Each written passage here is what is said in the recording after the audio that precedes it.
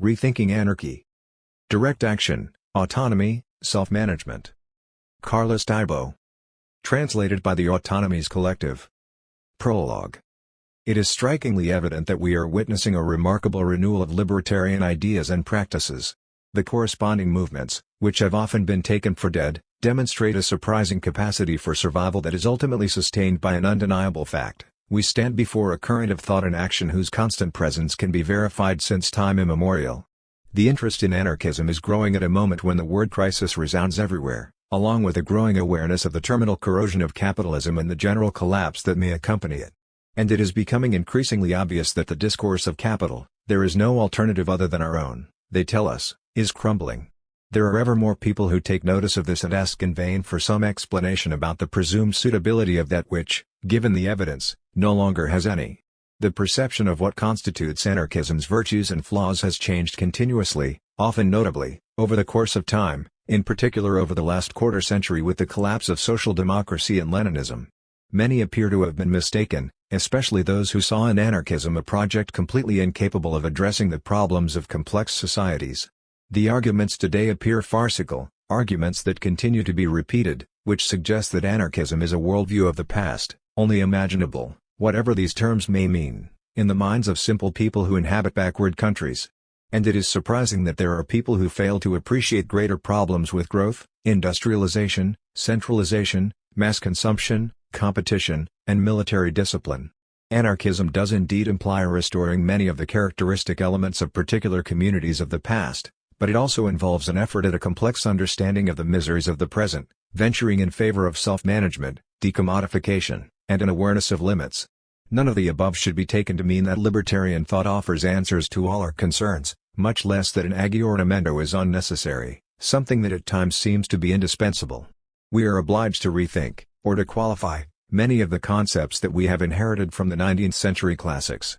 We urgently need to adapt anarchist thought to new realities, even more so when the problems it identified a century or a century and a half ago, authoritarianism, oppression, exploitation, have in no way abated. In some sense, we find ourselves before two interrelated paradoxes. The first one reminds us that, while anarchism encounters unquestionably serious difficulties in positioning itself within the societies in which unfortunately it has been our lot to live, there seems to be a growing necessity to confront the calamities of these very societies. The second one underscores the evident weakness of those organizations that claim an anarchist identity, in contrast to a remarkable and more general influence of the libertarian project. Therefore it appears ever more pressing to break with the isolation inherent in many identitarian forms of anarchism and to consequently do so from the non-dogmatic perspective of those who are necessarily doubtful and who know that they do not hold, and I will say this again, the answers to everything. We must face the tension between the inescapable radicalness of the ideas we advocate and the knowledge that these ideas ought to reach out to many human beings and have practical consequences. Unsatisfied with what we are, convinced of our necessity, and conscious of the glories and the miseries of the past, it often becomes clear that we talk a lot, but we do not act in a desirable manner. What I refer to above is the mental scenario wherein this book unfolds, which incidentally is a breviary due to its being a compendium of reduced dimensions and not through an imagined pretense that includes some sort of liturgical wisdom. Several years ago, I submitted to print an anthology of libertarian thought that aimed mainly at rescuing texts by the classics, who as far as I'm concerned, shed light on many of the challenges we must now face. One that is certainly not the aim of this modest volume the reader has in her hands. In no way do I pretend to address in these pages the various debates surrounding such pluralist and complex thought as the anarchist idea. I am content to offer some material open to discussion, never a hermetic and unquestionable text, directed first and foremost to those individuals who possess some kind of militant experience, or a knowledge of it, within social movements or unions, material whose objective is essentially to reflect on what we have done so far, the stigmas we have been cursed with, individualists, hostile to all sort of organization, chiliastics, infantile pre-politicals, etc., and what we are supposed to do. So, in case it is not sufficiently evident to the reader, I would like to clarify that this book is in no way an introduction to anarchism that may assess, for instance, the differences between mutualists, collectivists, and communists. It is neither a post-anarchist nor a post-structuralist text, much less a postmodern one, however much it feigns perspectives influenced by a weary zeal upon certainties and established truths as well as an express design to consider at all times the multiple forms of exploitation and alignment that torment us. This may be the appropriate moment, then, to warn about a terminological choice that permeates most of this work.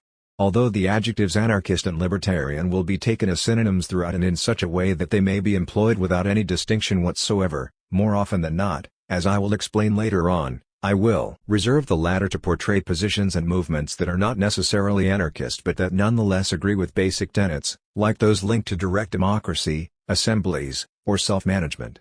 When I make use of such meaning, the usage of the adjective anarchist will remain circumscribed to the description of positions and movements that assume a clear doctrinal identification with anarchism, understood in its most restricted sense.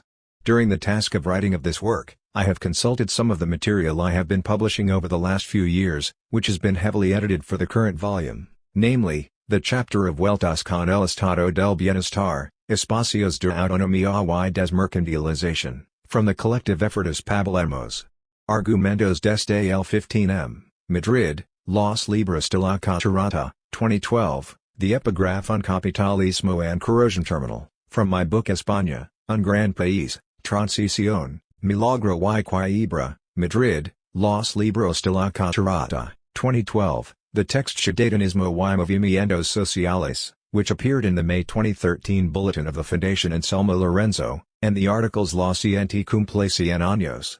Los modelos latinoamericanos, una reflexión libertaria, and Por qué hay que construir espacios autónomos, which I have published on my website, www.carlostaibo.com, in October 2010 and in April and May 2013, respectively. Carlos Taibo. I about anarchism. What anarchism is. Given that anarchism has a manifestly anti-dogmatic outlook, it is hardly surprising that determining what anarchism proper is ends up being a singularly complex task. There exist two distinct perceptions relative to it, if you will. The first asserts that anarchism refers to a state of mind that, sustained by a way of seeing the world, manifests itself through behavior that sinks its roots into time immemorial, whereas the second relates to a specific doctrine with clearly defined outlines that saw the light of day at the end of the 18th and the beginning of the 19th centuries. In regard to the first of these perceptions, we should not forget that by the end of the 18th century the adjective anarchist had been commonly employed to describe earlier peoples and initiatives. This usage of the term been evident in references to Chinese peasants, members of religious movements in medieval Europe, or specific forms of piracy, to name a few among many examples. To the label has also framed accounts of the condition of primitive societies, such as the newer peoples studied by Evans Pritchard, the Pieroa considered by Overing, or the many peoples invoked in the writings of Solons and Clysters. Acknowledging this condition seems to have an important consequence in regard to determining what should be of interest to an eventual history of anarchism. The latter should not only address the relatively recent evolution of certain ideas but should also approach the condition and the deployment of many human initiatives recorded in the distant past, for, according to this perspective, in the general body of anarchism, practices hold greater relevance than theoretical reflections. It is also true that there exist important links between the two perceptions of anarchism that I have so poorly glossed. For instance, in the eyes of some historians, anarchism was little more than a passing and extemporaneous manifestation of so-called primitive rebels. From this perspective, the past invoked by the first of our perceptions would then burden the content of the doctrine located at the heart of the second to such a degree that the result could be nothing more than a useless jumble. This does not seem to be the best moment to address such nonsense. I will simply argue that, seen from a distance, if the primitive rebels appear preferable to their modern inheritors, it should be emphasized that the historical practice of anarchism is open to anything and includes frequent manifestations in complex societies. I would also question the primitive condition of people who, like Noam Chomsky or Bertrand Russell, have identified themselves, with or without reason, with anarchism, or recall that, according to my understanding, the answers offered by anarchism to many of our current problems are much more sound than those forged by its ideological competitors. Thus, despite anarchism being, indeed, a state of mind, the latter is accompanied by a body of ideas and shared experiences, though often with vague and even contradictory features. In this body of ideas and experiences we often find a lucid and reflective discourse that thereby compels us to be wary of a very common image of anarchism as an amorphous thing burdened by its emotional and irrational condition, impulsive and novelesque, romantic and prone to dejection. Yet, just as I have suggested when speaking of primitive rebels, what is wrong with emotion, especially when it is permeated by rational elements? In the end, it would seem fitting to understand anarchism as the product of a sort of mixture of those two glossed perceptions, held together by the idea that there is ultimately a memory that conveys values and experiences in such a way that neither, despite temporal lapses and appearances, ceases to exist. The configuration of anarchism as a practice/doctrine calls on a whole tradition, one that took shape in the last 2 centuries around phalansteries, communes, Soviets, factory councils, collectivizations, or French maze, that, though more often than not possessing modest historical resonance, scarce concretizations, and a precarious consolidation in time, carries with it examples that shine amid a magma of misfortunes. This tradition would certainly have significance when attempting to explain certain current phenomena. It is worth bringing up in this regard a fairly widespread view that considers a movement like the 15th of May, 15M, as a response, among us, and in one of its forms, that is fed simultaneously from 3 decentralizing traditions, the local, the nationalist and the anarchist, that have deep roots in the political culture of the country where it originated. 3. The propensity to live in the past, which is not uncommon in many of the expressions of libertarian culture, may have been at the origin of the idea that anarchism itself is an ideology of the past. Therefore it is necessary to stress that the majority of anarchists do not celebrate any nostalgic attachment to the past. While, on the one hand, they simply base their assumptions on the conviction that the libertarian tradition provides extremely useful tools to think and to change what lies before us today, on the other hand, they demonstrate an awareness of an undeniable fact. If we accept the first of the perceptions under consideration here, the one that essentially sees anarchism as a type of conduct, it is inevitable to conclude that there are many and very diverse interpretations of the precise meaning of this conduct. Some of these interpretations do in fact lead to equivocations and simplifications, like those woven around individuals who are just unhappy with the existing political or economic realities in which they are obliged to live, who act under the cover of an ephemeral reaction of a merely aesthetic nature and in which immediate circumstances are overly accentuated. The doctrinal body. Be that as it may, it does not seem too difficult to establish the principal elements that have molded the doctrinal body of anarchism. The rejection of all forms of authority and exploitation, among them, those constructed around capital and the state, the defense of societies based on equality and liberty, and the consequent postulation of free association from below. Certainly, anarchists have frequently defined themselves first on the basis of what they reject: the state, capitalism, inequality, patriarchal society, war, militarism, repression in all its forms, authority, rather than on what they have defended as an alternative. As a result, and following an argument that merits attention, there have been some who have understood that anarchism, which has boasted a noteworthy sagacity at identifying problems and flaws, has not always been on the same hoped-for level when it has come to offering effective solutions. Even though the argument has some basis, it is worth offering a direct response. More often than not, competing worldviews cannot even assume their capacity to identify problems and flaws. Ultimately, libertarian thinkers have often had to confront a considerable number of equivocations and misunderstandings. In fact, to take but one example, they have made a notable effort to emphasize that anarchism in no way rejects organization but rather its coercive manifestations, such as those embodied by states, armies, churches, or businesses. What this implies, at least in principle, I will admit that the case is more complicated than it might appear, is that anarchists abide by the authority of doctors, architects, or engineers. Anti-dogmatic. It is important to underline that anarchism, along with its doctrinal positions, assumes, or should assume, a non-dogmatic position in all areas of life. There is no principle that cannot be debated, not even its own. In this respect, it is useful to recall the words of Tomás Ibáñez: to recognize the extreme fragility of anarchism is to perhaps demonstrate a greater anarchist sensibility than to endeavor to deny it or unwillingly admit it. It is precisely because of its imperfection that anarchism situates itself at the level that it pretends to occupy. 4. Anarchists have always shown a manifest concern regarding the closed programs that so please those who usually have never succeeded in realizing any program whatsoever or, what is more, have corrupted them with parties and institutions. They do not carry the burden of any pretension to construct a scientific theory, since accepting this would also imply, in one way or another, the acceptance of an authority that takes on the task of managing it. Thus, as David Graeber has suggested in many of his writings, anarchism rather represents a kind of inspirational and creative impulse that seeks to preserve, I would add, an open attitude before diversity and difference, despite knowing full well how difficult it is to impose non-imposition. In this regard, it is suspicious of any norms with universal application. 5. The consequence of all of this has very often been an eclectic and plural thought, against the commonly homogeneous and monolithic condition of Marxist doctrine. 6 Josep Termes has in fact emphasized that the Spanish libertarian movement had a multiform character, such that anarchist doctrines often functioned as a sort of background that failed to hide the primacy of working-class action led in a reasonably autonomous manner by the workers themselves. 7 Jacinto Torrijos has added, "Whoever believes that what is called anarchism in Spain is a conscious anarchism, theoretically grounded in the great anarchist thinkers' doctrines, is mistaken. With very few exceptions, the great masses and the leadership possessed nothing other than a revolutionary instinct." 8 Furthermore, among Spanish libertarians, attention was accorded to both disparate and original positions, as Termes reminds us once again. The corresponding subculture found sustenance in neo-Malthusianism and birth control, sexology clinics, naturalism, nudism, vegetarianism, and Esperantism. 9. The learned and the sciences. I have already noted that libertarian thought has never aspired to develop a science destined to identify, for example, an eventual and deterministic development of society. The issue, though, is not only limited to this. Libertarian thought has always exhibited a notable suspicion toward the learned and intellectuals.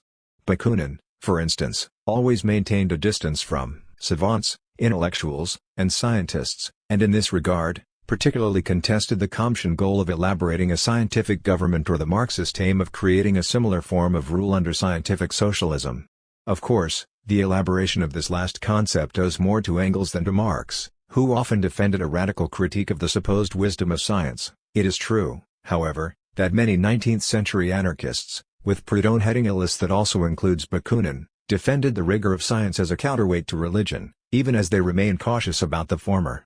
Kropotkin, for his part, was always very elusive regarding the virtues attributed to science. Today it can be stated that a reasonably skeptical attitude continues to prevail in relation to the learned, the intellectuals, and the scientists in libertarian discourse, both in its doctrinal expression as well as in its concrete realizations.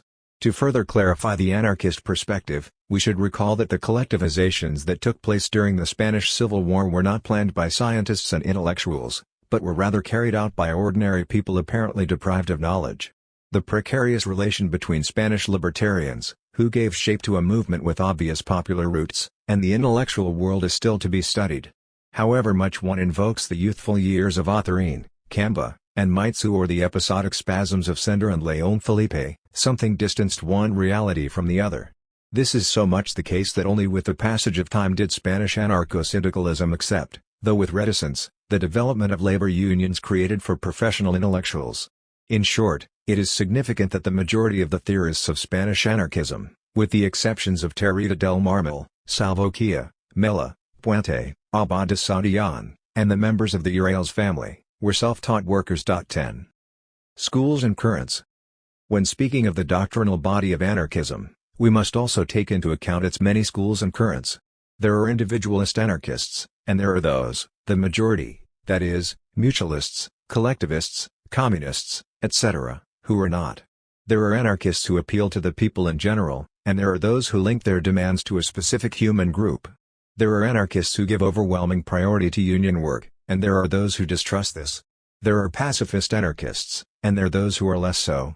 There are anarchists who adhere to a flexible discursive doctrine, and also those who find vitality in a working-class current or who collaborate with a world of counterculture. Lastly, and appealing to a classification that has found some echo, there are anarchists with capital A, those who do not make up any of the aforementioned currents, and anarchists with small a, those that do belong to a given current.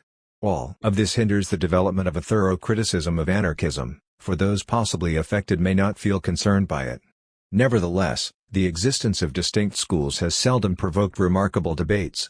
This is due to the majority of these schools lacking the same degree of confrontation that is revealed, for example, between the different currents that claim allegiance to Marxist thought. Allegiance is commonly portrayed by the use of one or another political leader or thinker's names.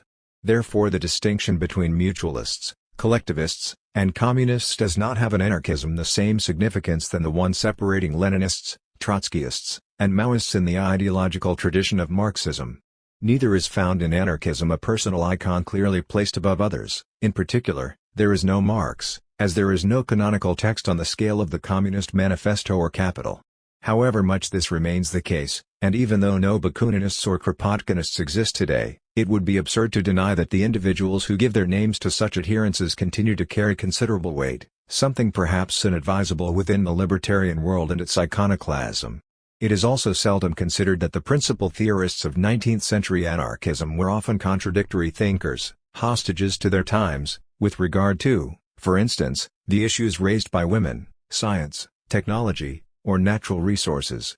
We may perhaps be permitted to conclude that we have made some progress in this respect over the last few years, especially when it becomes evident that those considered to be the most important contemporary anarchist theorists do not possess the same aura than the great figures of the 19th and early 20th centuries, such as Proudhon, Bakunin, Kropotkin, Flores Magón, Ferrer y Guardia, or Malatesta. Let us agree that, as things stand, it is quite rare, in a debate between libertarians, that there is any value put on discussing whether Bakunin or Kropotkin said this or that. Given that contemporary anarchism is a complex mix of sensibilities, instead of referring to what was said by the classics, it is more common to interpret and infer what they might say today, without any major concern for fidelity. In this sense, and even if one may appreciate the rational classification of knowledge carried out by Paul Elsbacher in his work Anarchism, an example among many others, the result is somewhat sterile when seen from our vantage point. 11. Anarchists and libertarians. In the pages above, I have indistinctly employed, and I will continue to do so in the majority of the following sections of this book, the adjectives anarchist and libertarian, albeit, as one may observe, with clear preeminence to the former. For a long time, the two adjectives have been taken as almost perfect synonyms. When one spoke of, for example, the Catalan libertarian movement, it was obvious that one was speaking of the Catalan anarchist movement. Yet I do not believe that it would be a mistake to state that these adjectives do indeed exhibit some difference. It would seem that the former, anarchist, carries with it a greater ideological and doctrinal weight than the latter, libertarian. Someone may be considered an anarchist because they have read Bakunin, Kropotkin, and Malatesta, and adhere, to some extent, to the ideas expressed by these authors. Yet the ideological and doctrinal current weakens somewhat with the adjective libertarian, which has a less defined identitarian dimension and thus easily allows for a reference to people who claim to believe in direct democracy, assemblies, and self-management without being necessarily anarchist.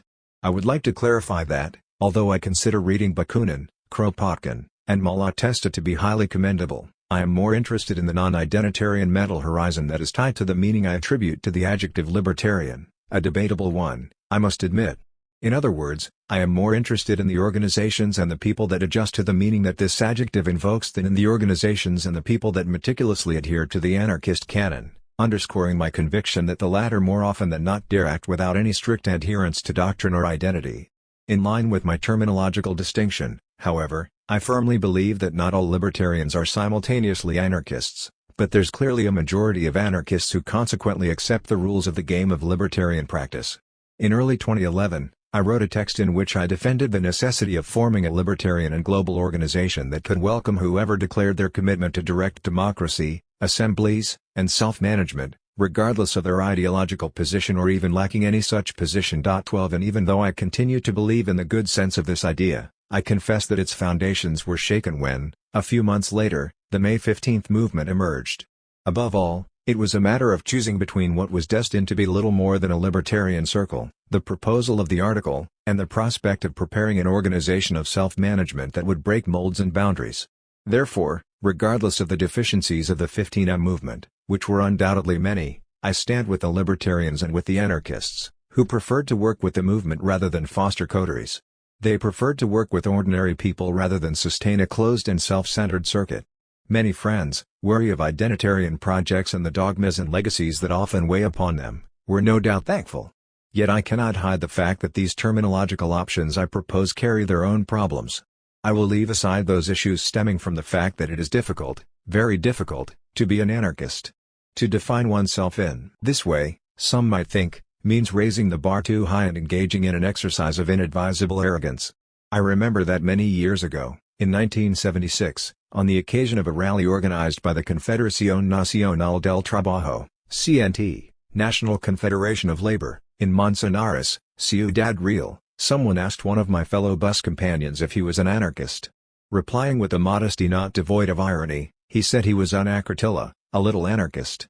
On the other hand, the not-so-subtle identification of anarchy with disorder, so pleasing to the makers of public opinion, fortunately does not seem to have made much progress among us. greater are the problems the term libertarian entails. The main issue is born of a well-known fact: in North American political culture, the adjective libertarian refers to a kind of extreme liberalism, individualistic and possessive. Although today this meaning of the term has gained some currency among us, I do not believe that, at least for the moment, it has served to fully push aside the sense of collectivity and solidarity that have always distinguished our libertarians/anarchists. It is worth mentioning that one of the meanings of the adjective libertarian, very common in Latin America, associated with the actions of the liberators of the early 19th century, barely poses any problem regarding my terminological distinction. Mutual invigorations. The contributions of anarchists and their movements have been many and very significant. But the reverberations of their theorizations and corresponding practices spread noticeably when we include those put forth by individuals, following the terminological distinction already discussed, who get their inspiration, more generally, from the libertarian tradition. These reverberations reveal themselves in a variety of disciplines. With no desire to present a final summary, I will refer to examples in pedagogy: Ivan Illich, Alexander S. Neal; psychiatry, David Cooper, Ronald Laing; geography, Élisée Reclus, Peter Kropotkin; anthropology, Marshall Solins and Pierre Clastres, referred to above; epistemology, Paul K. Feyerabend, whose work we welcomed openly 4 decades ago, without fully understanding its significance; and the critique of technology, Lewis Mumford, John Zerzan, or of the other exploitations, Cornelius Castoriadis, Michel Foucault, and, once again, Illich. However, it is also important to refer to the mutual invigorations that libertarian thought and movements of greater or less affinity have experienced. There we can find the examples of pacifism and anti-militarism. One might mention the names of Tolstoy and Gandhi, of movements dedicated to contesting imperialism and racism, of those engaged in the struggle against all forms of ethnocentrism, of networks dedicated to bringing an end to the exploitation and marginalization experienced by women, of animal rights organizations, of vegetarianism and veganism, of those who have built counterculture, situationism, and zapatismo, of those who have decided to confront capitalist globalization, or of those who have given priority to ecological concerns and, hence, the discussion around environmental and resource limits of the planet.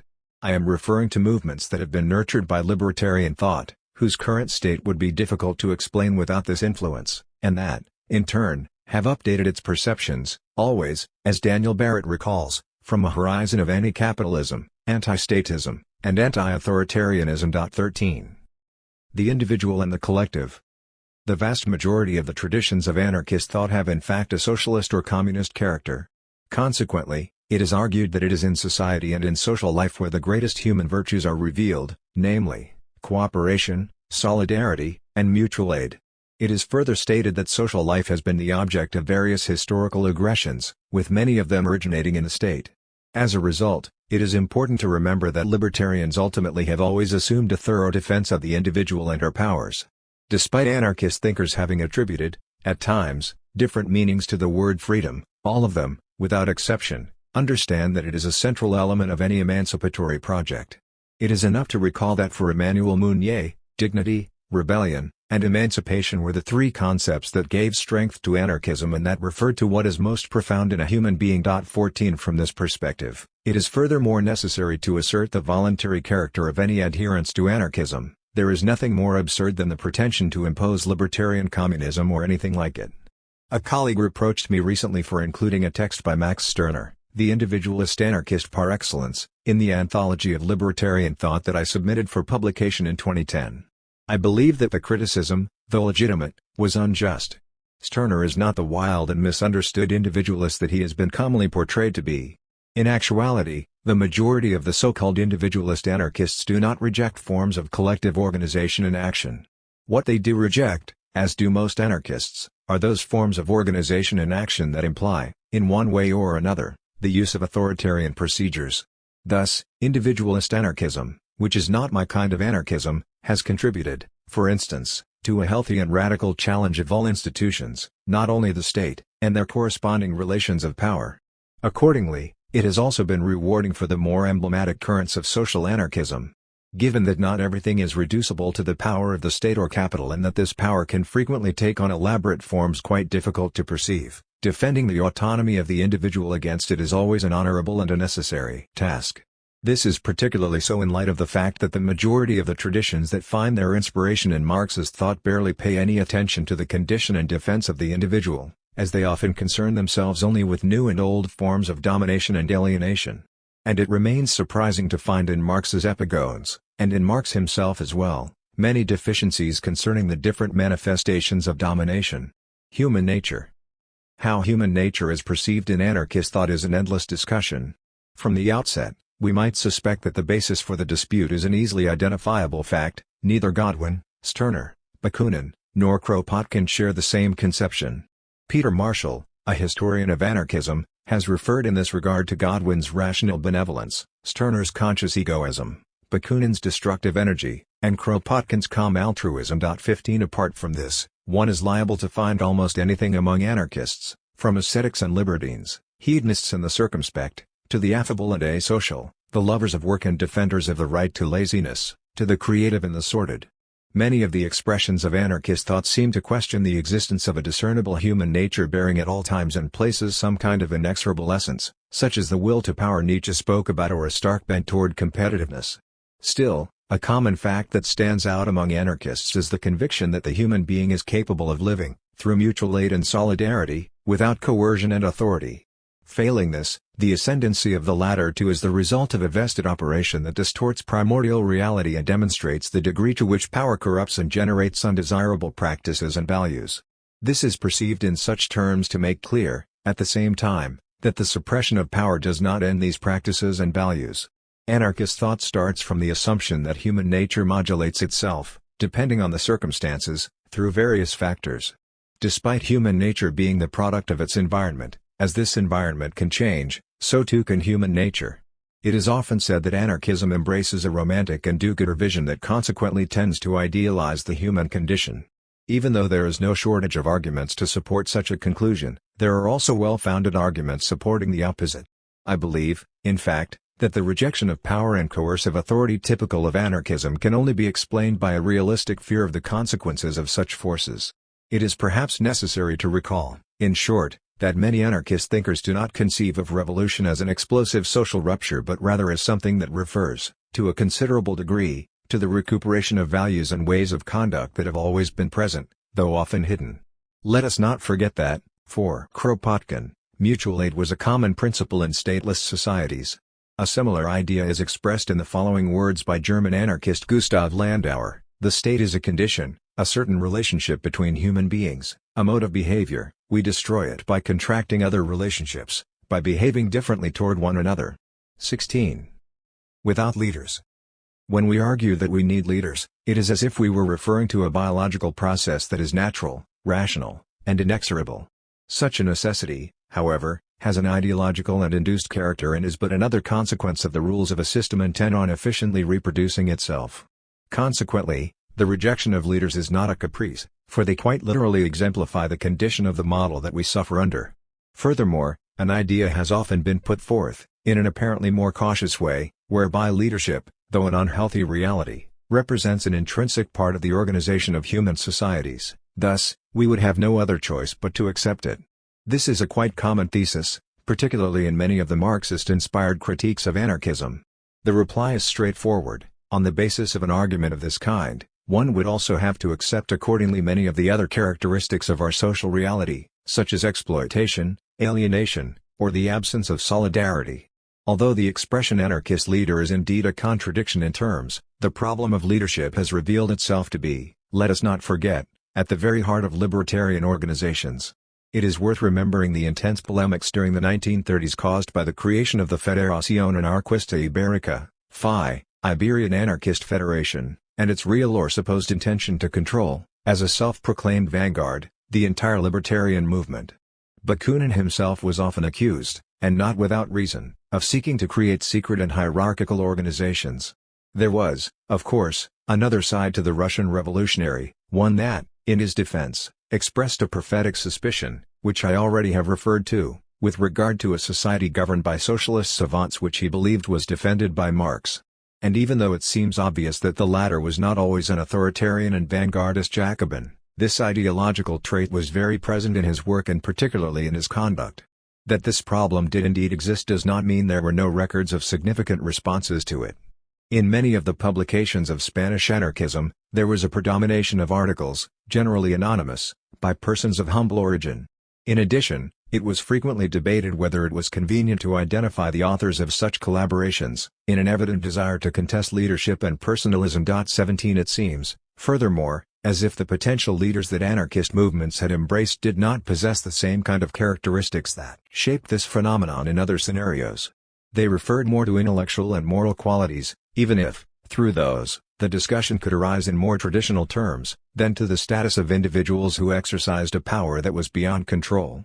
I should add that, in the case of the anarchist movements, as I have had already noted, there was no strict doctrine to administer and supervise. The movement saw itself as collective and, as a result, susceptible of self-correction. Therefore, there was no place for self-proclaimed vanguards from within, bearers of a supposedly superior knowledge, who so often revealed themselves to be behind those they claimed to be leading. As the Russian anarchist Volin said, "The key idea of anarchism is simple: no party, or political or ideological group, even if it sincerely desires to do so, will ever succeed in emancipating the working masses by placing itself above or outside them in order to govern or guide them. True emancipation can only be brought about by the direct action of those concerned, the workers themselves, through their own class organizations, production syndicates, factory committees, cooperatives, etc., and not under the banner of any political party or ideological body. Their emancipation must be based on concrete action and self-administration, aided but not controlled by revolutionaries working from within the masses and not from above them." 18. It is not inappropriate to follow the intuition that, instead of underscoring the proud rejection of leaders, what is worth stressing here is that which replaces them, that is to say, the direct democracy of equals. Utopia. Many of the criticisms leveled against libertarian thought do not refer to the general meaning of the project it defends, but rather, and more precisely, to its viability. Quite frequently, a special focus is placed on its presumably utopian nature, far removed from the real possibilities that, so we are told, human societies offer. The first response to this argument takes the form of a frank advocacy of utopia. This, say the libertarians, does not have a negative character, which is what Marx and Engels attributed, for instance, to the utopian socialists. Delving deeper, Peter Marshall states sensibly that anarchism is utopian in that it permanently imagines a world that may be, but it is at the same time very realistic to the extent that its foundations rest upon deeply rooted traditions of mutual aid. 19 Anarchists are, in addition, very realistic, both in regard to the assessment of the existing order as well as to the proposal of the unavoidable need for a new one, for which they have outlined thorough programs based on a combination of collective action and respect for personal autonomy. As a result, they seem to deliver suggestive responses to the problems of the society of our time, responses, however, that do not partake of worldviews boasting their allegedly realistic characters. If libertarian thought displays, on the one hand, an unparalleled pessimism in regard to power, it also manifests, on the other, a notable optimism concerning the possibility of re-establishing human relations marked by codes of equality and solidarity. Nevertheless, we must admit that it is difficult to put anarchist ideas into practice. What would we gain, however, if we renounce the attempt, especially when there are ever more people who do not perceive in them, and this instills fear in those who govern us, a distant and incomprehensible endeavor? And does anyone seriously believe, in short, that anarchism, with its conception of the relation between means and ends, is any more utopian than social democracy or Leninism? A 19th-century French anarchist song provides an ironic answer to many of our difficulties. After proclaiming that capitalism has been abolished, a daring question is placed in the mouth of one of its protagonists, who will now pay for the Saturday newspaper? To which the answer is simple: once capitalism and its rules have been thrown into the dustbin of history. 2. Delegative democracy, direct democracy. A critique of democracy. Although advocacy for direct democracy is a common trait of libertarian thought, there are in fact more and more people who seem to conclude that, given the general degradation in the very use of the word democracy, the moment has arrived to seek less worn-out terms. While many libertarian thinkers distinguish among forms of political power based on their degree of perversion, they try not to delude themselves about the essential meaning of liberal democracy. And when referring to the latter, one often speaks of farce and exploitation, of inequality and injustice, of the illusion of representation, and of the manipulation by the media at the service of power. The libertarian critique of liberal democracy suggests that, despite the rhetoric, It has nothing to do with the celebrated principle of majority rule, it is rather based on ruling minorities who coercively generate self-interested consensuses and repress everything that works against these consensuses. It seems curious that the principle of one man, one vote is applied to underpin a system that rests on a scientific and unchangeable organization of inequality that, yes, makes use of an apparent plurality developed within a closed circuit. Lastly, liberal democracy seems inexorably linked to the activity of a parasitic human group. As Bakunin argued, the representative system, far from being a guarantee for the people, on the contrary, creates and safeguards the continued existence of a governmental aristocracy against the people. 20. We should also ask ourselves why liberal democracy manifestly leaves the economy and the world of work outside its purview or, even worse, subordinates the political system to the interests of powerful private companies. From a project that serves the visible purpose of ratifying the privileges of the powerful, the majority is paradoxically excluded from the making of decisions. Just as economic power concentrates itself, the same occurs with political power, in a scenario weighed down by oligarchy and inequality. Liberal democracy, in sum, brings in its wake a general aggression against all kinds of alternative, horizontal, and egalitarian organizations. As a result, it clearly negates diversity and endeavors to completely cancel out the possibility of searching for other horizons. I will therefore underline the fact that the farce of democracy evidently has perfected itself, for it no longer displays the same characteristics that it did in the days of Bakunin or Kropotkin. It has greased the mechanisms of integration offered by the illusions of consumption, the generation of dependencies, or the recognition of fictional rights. It is easy to see, however, a recent and irrepressible authoritarian shift and a directed effort, not without paradox, to cancel or mitigate the influence of the aforementioned mechanisms of integration. The disaster of the current political scenario is not the result of a random shift, it inevitably arises from the foundations of liberal democracy and was perhaps unavoidable. Whoever believes at this point that corruption is a problem linked to certain persons or circumstances, I am afraid, fails to grasp what is fundamentally at stake. Elections.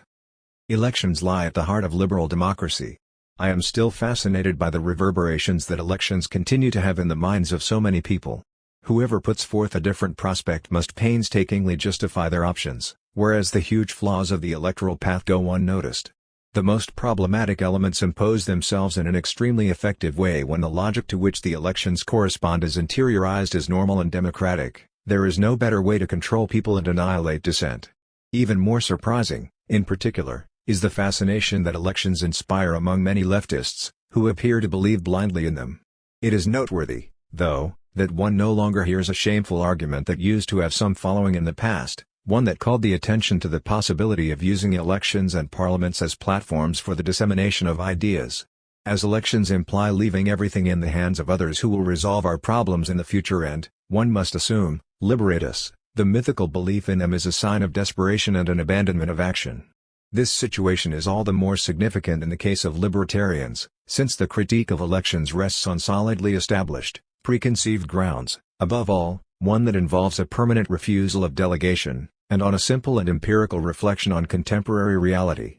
It is worth recalling that elections convene the pre-existing bewilderment and ignorance of the population, which is usually completely unaware of the political programs of the parties for which they vote, and they are a dubious representation of the will of the majority, to the extent that the victorious parties, with internal structures that are anything but democratic, obtain modest percentages of the vote, especially when abstention is taken into account.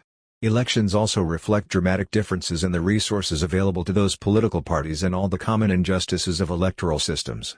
As I have mentioned above, the economy is left almost exclusively on the sidelines of parliamentary decisions, while the judiciary collaborates actively and without any independence whatsoever in the general plot. We also hear, more and more frequently in speeches and in the miscommunication media, technocratic discourses suggesting that our main problems are not political but rather merely technical. And should anything fail, there await states of exception and coups d'état waiting in the wings, accompanied by the ever-present prospect of repression. Where then is popular sovereignty? The voters are the extras who work for free in a farcical film, the film of democracy, in which freedom is reduced to a choice between brands of detergent in the aisles of a shopping center. 21.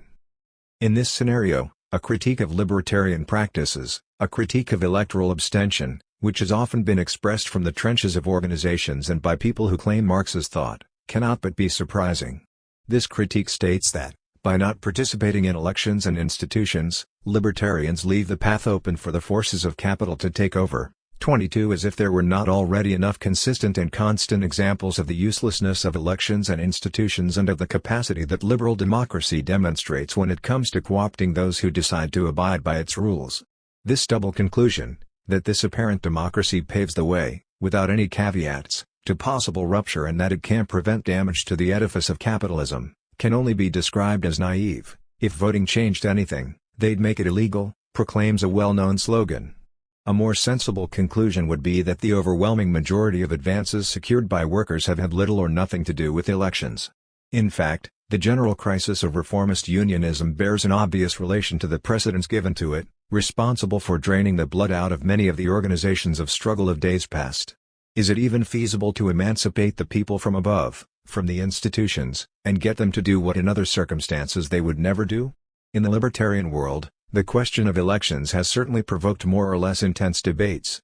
Here I am not referring to the ontological discussion around the ballot box. It is clear that exercising the right to vote in groups of voluntary membership is not the same as voting in elections regulated by self-interested institutions.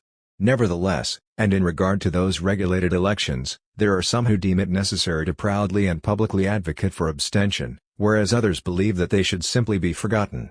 Those who position themselves within this second alternative put forward the argument that to call for abstention is in fact to attribute to elections an importance that they do not deserve and, in a certain way, to participate in them. Ricardo Milla, considered to be the main Spanish anarchist theorist, proposes a third path of action, one that suggests respect for the decision to vote but that also stresses the necessity of turning the weight of our attention to everyday direct action, which is far more important and effective. 23. Direct democracy. I have stated above that the word democracy is so worn out that one might just as well seek a different one to capture its corresponding reference. Something similar occurs with the term transition. Reference to it originated in the second half of the 1970s and is so shameful that there are more than enough motives to suspect the good sense of the defense of a second transition. 24. The truth is, despite all this, there exists a clear defense of direct democracy in the libertarian world. This defense rests on a rejection of delegation and representation, the proposal of organizations with neither coercion nor leaders, and the repudiation of any type of government. To be feasible, all of the above logically demands a prior and active process of decentralization, decomplexification, and a reduction of the size of political communities. The logic of direct democracy leads inevitably to a contestation of the world of political parties, which is none other than the world of delegation and separation, of leaders and hierarchies, of elections and parliaments. The organizational and party-oriented wager of the traditional left is not only challenged by the libertarian response, it must also face the seemingly nebulous and anomic condition of many of the emergent networks. Over the last few years, the discussion around direct democracy has brought about the development of an interesting and polemical new concept connected with so-called libertarian municipalism.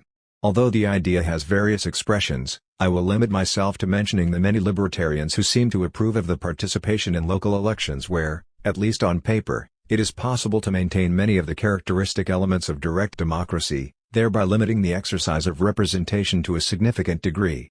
This was, in sum, the project embraced initially by the Candidature d'Unitat Popular, CUP, Popular Unity Candidacy, in Catalonia. In no way do I wish to settle the debate on libertarian municipalism or to categorically reject the possible virtues of this proposal. But I am obliged to express my fears, which are essentially three. The first emphasizes that libertarian municipalism presupposes the acceptance of a category that has a clear institutional dimension. As such, it carries with it the evident risk of co-option, especially when the project implies assuming the rules of the political game imposed by the system, even if this is often accompanied, indeed, by the ambition of changing these very rules. The second of these fears takes the form of a question, and here I refer again to the model of the Catalan Cup in its more recent incarnation, which may result in more traditional forms like those identified with Sortu, in the Basque Country, or Syriza, in Greece. Is it not rather easy to imagine that the project under consideration may lead, in a headlong rush, to a compliance with situations unequivocally governed by delegation and representation? The third caveat reminds us that libertarian municipalism today does not seem to provide any tangible benefits that have not been offered before by the non-institutional practice of direct democracy. I would like to add that the debate about direct democracy has always been marked by complaints regarding the supposed impossibility of realizing it. Thus, Leninists, Social Democrats, and liberal conservatives have often found a common voice, without ever asking themselves about the suitability of their models and without reflecting on the extent to which the hostility that they bestow on direct democracy does not even constitute a partial explanation of many of its manifestations' possible failure. Beyond this, I suspect that the insistence of these three political currents is not about underscoring the difficulties associated with the application of direct democracy in complex societies but rather about defending the advantages that representative pseudo-democracy has for the existing disorder. In such a scenario, I will only state my belief that the system we suffer under is perfectly well prepared to confront the very relative oppositional spasms that Leninists and Social Democrats brandish, while it is less able, however, to respond to the challenge of democracy from below. Direct action. We often forget that direct democracy has an inevitable correlate in libertarian thought, one that calls for direct action. Graeber has asserted in this regard that while Marxism tends to be a theoretical or analytical reflection on revolutionary strategy, anarchism rather signifies an ethical discourse about revolutionary practice. 25. By direct action I mean the kind of action in which we are active participants, without external mediations, political parties, bureaucracies, governments, and that is aimed at the self-managed control of life itself, in such a way that we retain fully and at every moment the capacity to decide on it. The corresponding proposal advocates self-organization at the margins of institutions, demands avoiding intermediaries and outside instructions, and, in the majority of cases, advises the circumvention of any demand of, or negotiation with, whomever exercises power. The latter dimension has certainly divided a movement like that of 15M for quite some time, in that one of its components essentially advances the elaboration of proposals, trusting that these will be heard by those who govern, while another aspires to open spaces of autonomy, self-management, and decommodification without waiting for any authorization from any governing leaders. Direct action is also born out of a desire to control, in an unmediated way, the events that follow from it. We seek to act as if we were free because, in so doing, we begin to be so. In this sense, it additionally possesses a prefigurative character, to the extent that it is based on the idea that means and ends should be in concordance with each other. Beware of the present you create, for it should resemble the future that you dream of, reads a slogan of Mujeres Creando, a Bolivian anarcho-feminist collective of street agitators.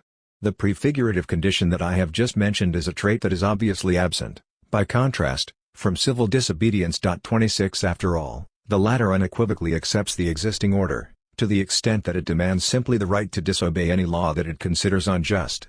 But how can civil disobedience be managed at all when it is understood that the majority of the laws, if not all of them, are unjust? I will add that direct action maintains a close relation to what for more than 100 years was commonly called propaganda by the deed, in the sense that the latter almost always had a more ambitious condition and, more often than not, was linked to an insurrection that was to become in itself the basis for many others. Still, the connection between direct action and propaganda by the deed necessarily leads to the conclusion that the first cannot remain a mere symbolic or aesthetic action, rather, it must lead to tangible, material changes on the ground. 3. The state. Insisting on the state. It is widely known that anarchists consider the state as a major enemy. The corresponding perception is born out of a certainty, as Proudhon often rightly pointed out, the state is in no way a natural and neutral power that imparts justice and protects the weak. The idea that the state protects us has been encouraged with singular enthusiasm in the last decades by two moribund projects, that of social democracy and reformist syndicalism. And it is a cause for concern that those who claim to contest capitalism take on this idea uncritically, without submitting the matter to any discussion whatsoever. The state is not an autonomous institution that lives outside capital, as even some anarchists have been prone to believe. Because of this, the aim of controlling and governing capital to bring an end to it is meaningless, sometimes because the project is mired in the miseries of social democracy, other times because it simply becomes a sterile exercise.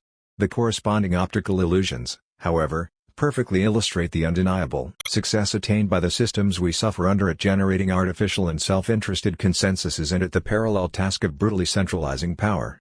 However, if the state's significance seems clear in capitalism, it is no less so when this institution is at the service of a supposedly socialist project. The Soviet experience, which felt like bureaucratic state capitalism on the ground, categorically demonstrated that the state that was forged under its aegis subordinated itself to the interests of a new dominant class.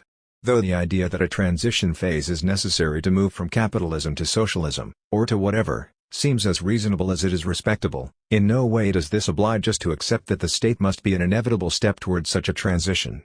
Likewise, it is important to remember that, despite the majority of the variations of the options reform and revolution having unfortunately interpreted the state as the main transforming agent, the credibility of the state for each has forcibly, and notably, weakened over the course of the last 100 years.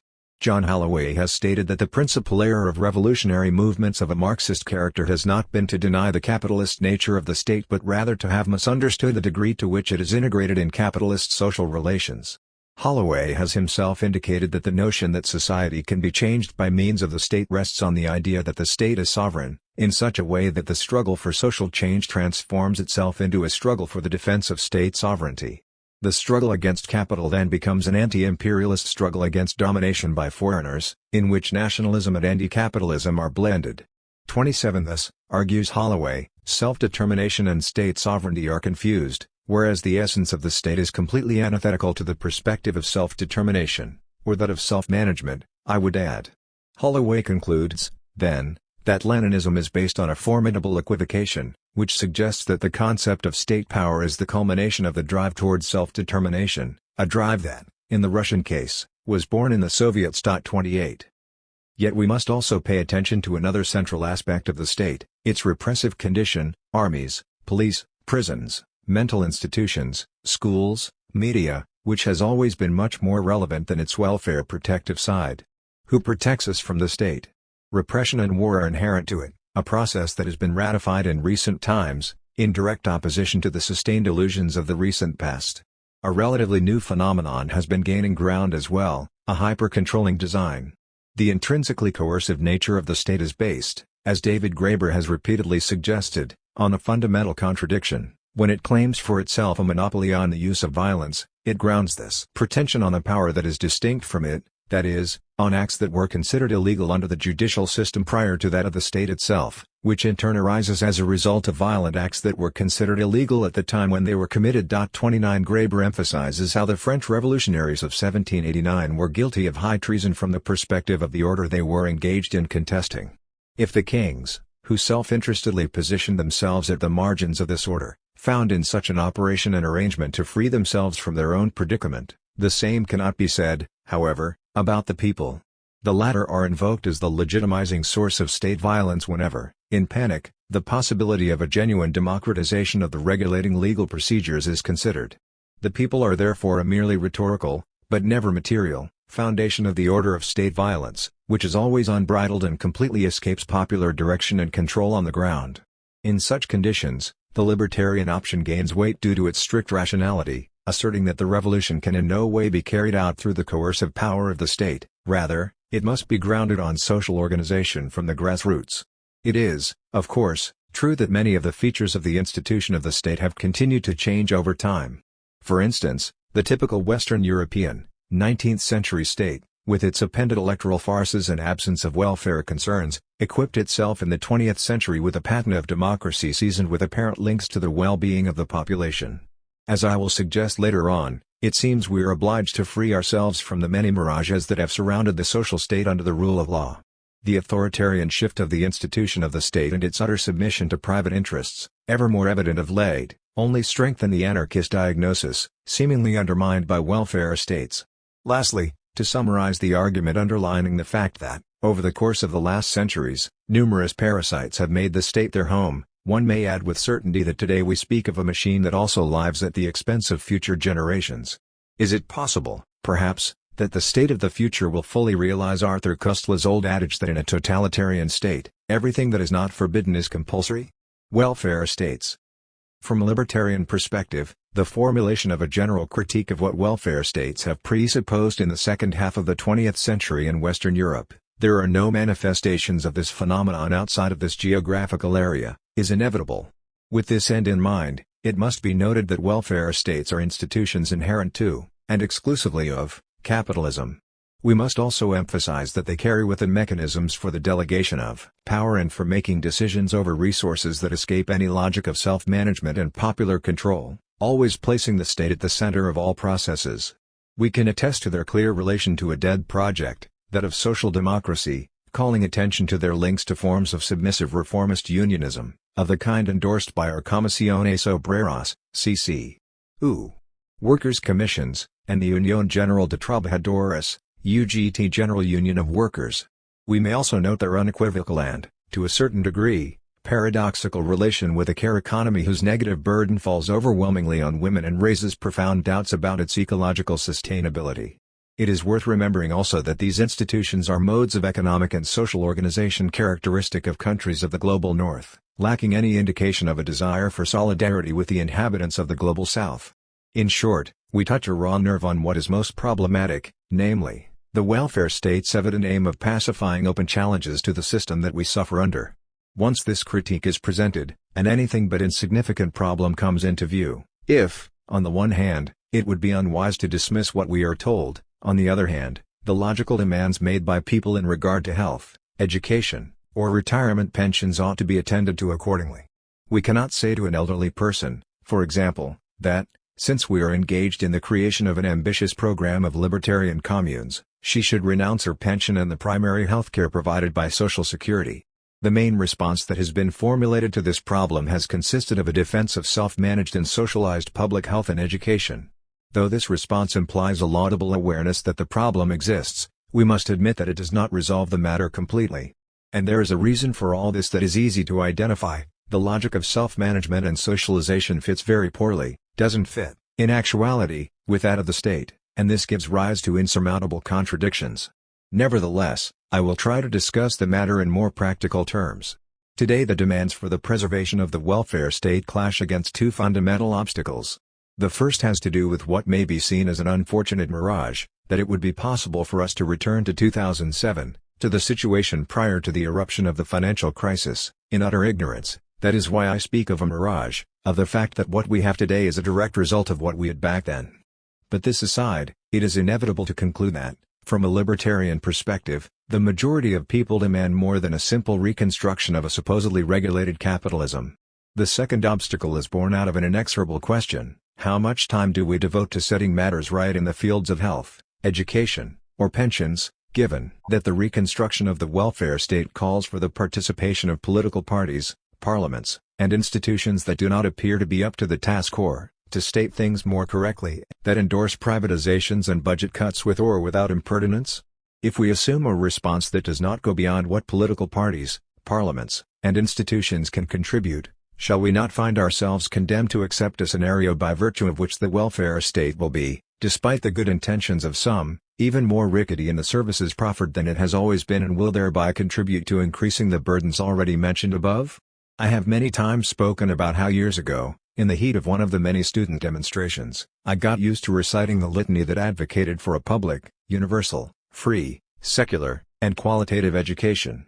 One day, as I enunciated it, I recalled that decades before, when I was a university student, we used to harshly criticize state public education because we understood it as a central mechanism for the reproduction of the logic of capital. And we were not off track. Far from any prospect of self-management, public education has often promoted compliance with authority, obedience, unrestrained competition, individualism, the primacy of values of the ruling classes, and submission before the reigning order. What happened during the passage of those years? The regression that we experienced in every domain prompted many to dig trenches and to come out in defense of public education to avoid even greater evils. However logically forgivable this decision was in itself, it will be quite unfortunate, though, if it turns into an incentive to reproduce once more the logic of capital. If, let us repeat, the words self-management and socialization impose themselves as antidotes, it will be good to be aware that they fit very, very poorly with the state as institution. It would certainly be even worse should private anarchist schools respond, as it frequently happens with some of them, with elitist projects far removed from the grassroots, where the state ends. The discussion regarding welfare states, a term that gratuitously embellishes the corresponding reality, takes place on an uncertain terrain, configured by concepts that are not always useful inasmuch as they are understood by everyone in different ways. The public sphere, for example, does not necessarily pertain to the state, even though the identification of the two realities has gained such weight that it is difficult to separate them. Alternately, the private sphere does not refer ontologically to individualisms and egoisms. From a justifiable perspective, an anarchist school has a private character. I will close this brief exposé of equivocations with the reminder that it is ever more frequent for the public sphere to be linked with what is common, in an approach in which apparently the terms self-management and socialization fit smoothly. Finally, I would add that the problems are not often resolved, or they are resolved too conveniently, given that the state categorically refused to do so. The QACID is inclined to forget delicate situations and complex issues.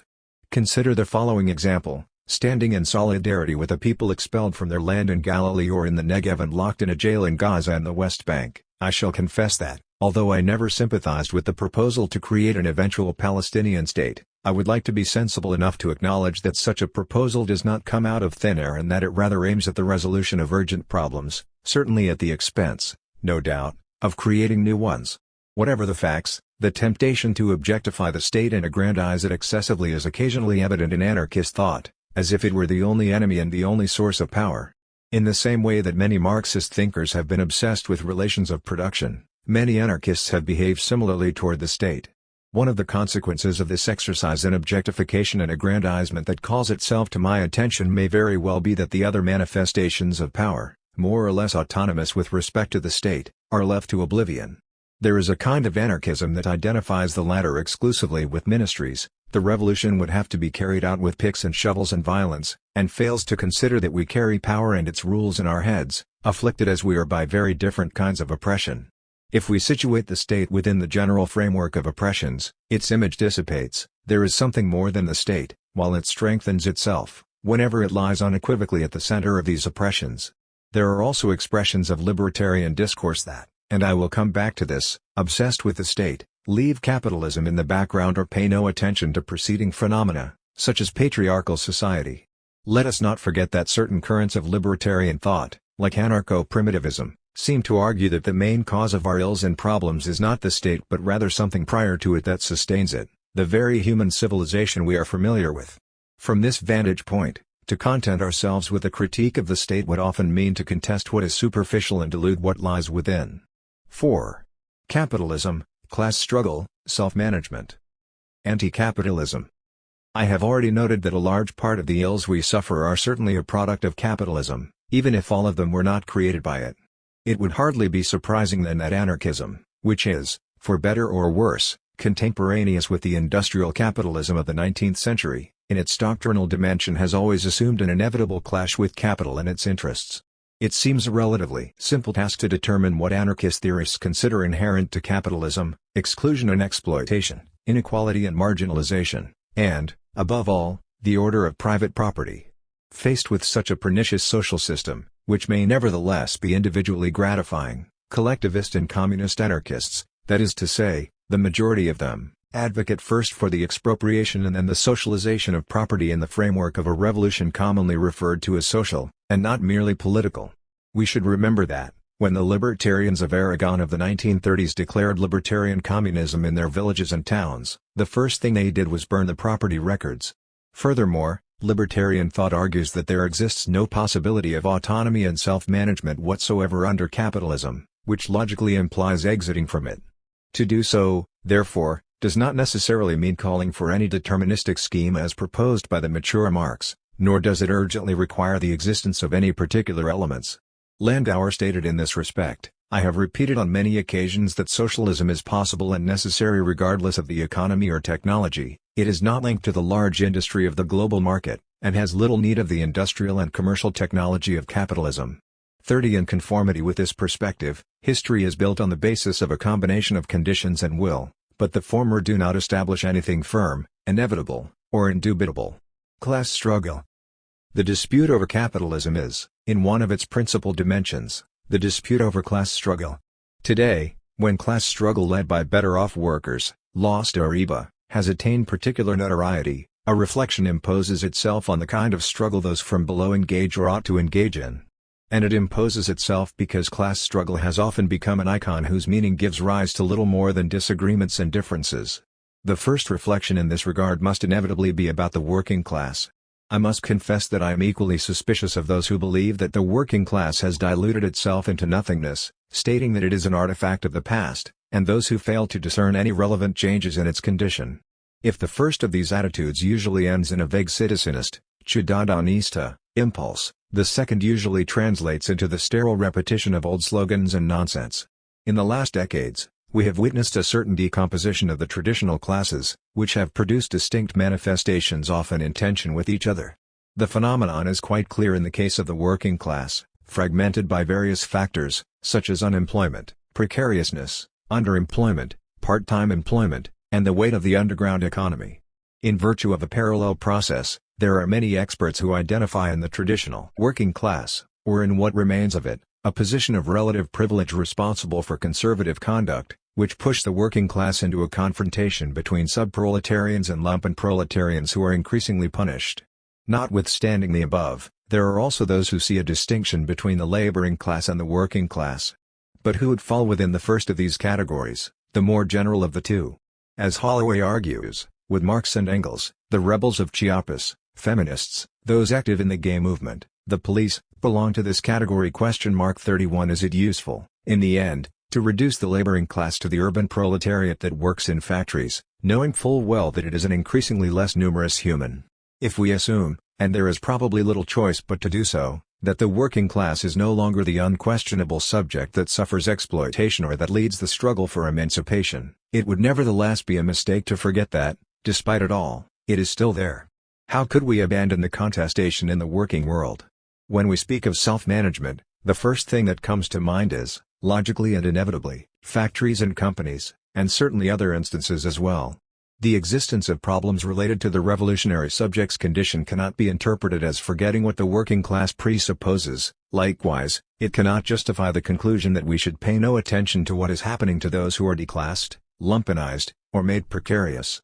Libertarian thought has historically outlined a certain degree of preparation for the broadening of perspectives demanded by any serious reflection on the terms of contemporary class struggle. I would like to stress that Marx believed primitive societies and their contemporary consequences, peasants, for example, referred to a social evolution that was already over and thus could not play an active role in the awaited revolution. This perception is not shared by the majority of anarchist thinkers, who see in the peasantry in particular an attachment to the land and a laudable capacity for cooperation and mutual aid. Behind this controversy a well-known fact is revealed. If Marx seems to have believed in the proletariat as a unique revolutionary subject because he simultaneously believed in big industry, in technological development, and in what cities represented, his anarchist contemporaries, besides questioning the virtues of all these elements, embraced a more complex reality in which segments of the middle classes, peasants, and the lumpenproletariat participated, an amalgam in which one could also find not only the proletarians but also those most heavily abused. I shall also add that this by no means suggests that 19th-century anarchist thinkers failed to heed the revolutionary potential of the proletariat. The distorting and reductionist vision of anarchism as a movement of artisans and petty bourgeois with a hardly, or very easily, identifiable class position must be contested. Not even the work of Proudhon, which is the lore most often used to justify this vision, reflects this claim in a convincing way. What these thinkers do, I insist, is to assess the revolutionary potential of other human groups, and not only of the proletariat. And the argument most often expressed in this regard is the one referring to the very significant role played by the peasantry in the revolutionary processes of the last century and a half already mentioned above, as is the case with the agrarian rebellions that took place in many colonized countries, despite being disqualified by Marx, who was always determined to depict peasants as idiots and reactionaries. Jean Giono pointed out, for instance, that Stalin had lowered the peasants' condition so as to make workers out of them, in lieu of raising the workers' condition in order to turn them into natural men, like the peasants. 32 Similarly, there is no sound basis to accept the Marxist disqualification of the lumpenproletariat, commonly described by the German thinker as a mere collection of antisocial elements. And Marx does not seem to have gotten matters right either in his prediction of the changes in conduct of the proletariat itself. There are many examples illustrating how some of the longer and more militant working-class struggles ultimately depend on the fact that their protagonists keep a part of their general lives, and their economic life, in the neighboring countryside, in a scenario where the boundaries between the urban and the rural blur. Murray Bookchin suggested in his writings that it was easy to discern among many of the first proletarians the healthy influence of the pre-capitalist and peasant world from which they emerged. 33. Citizenism. It is not an easy task to explain this thing called citizenism, a concept that perhaps can be grasped in different ways. The first underlines its opposition to what, rightly or wrongly, has often been called workerism, obrerismo.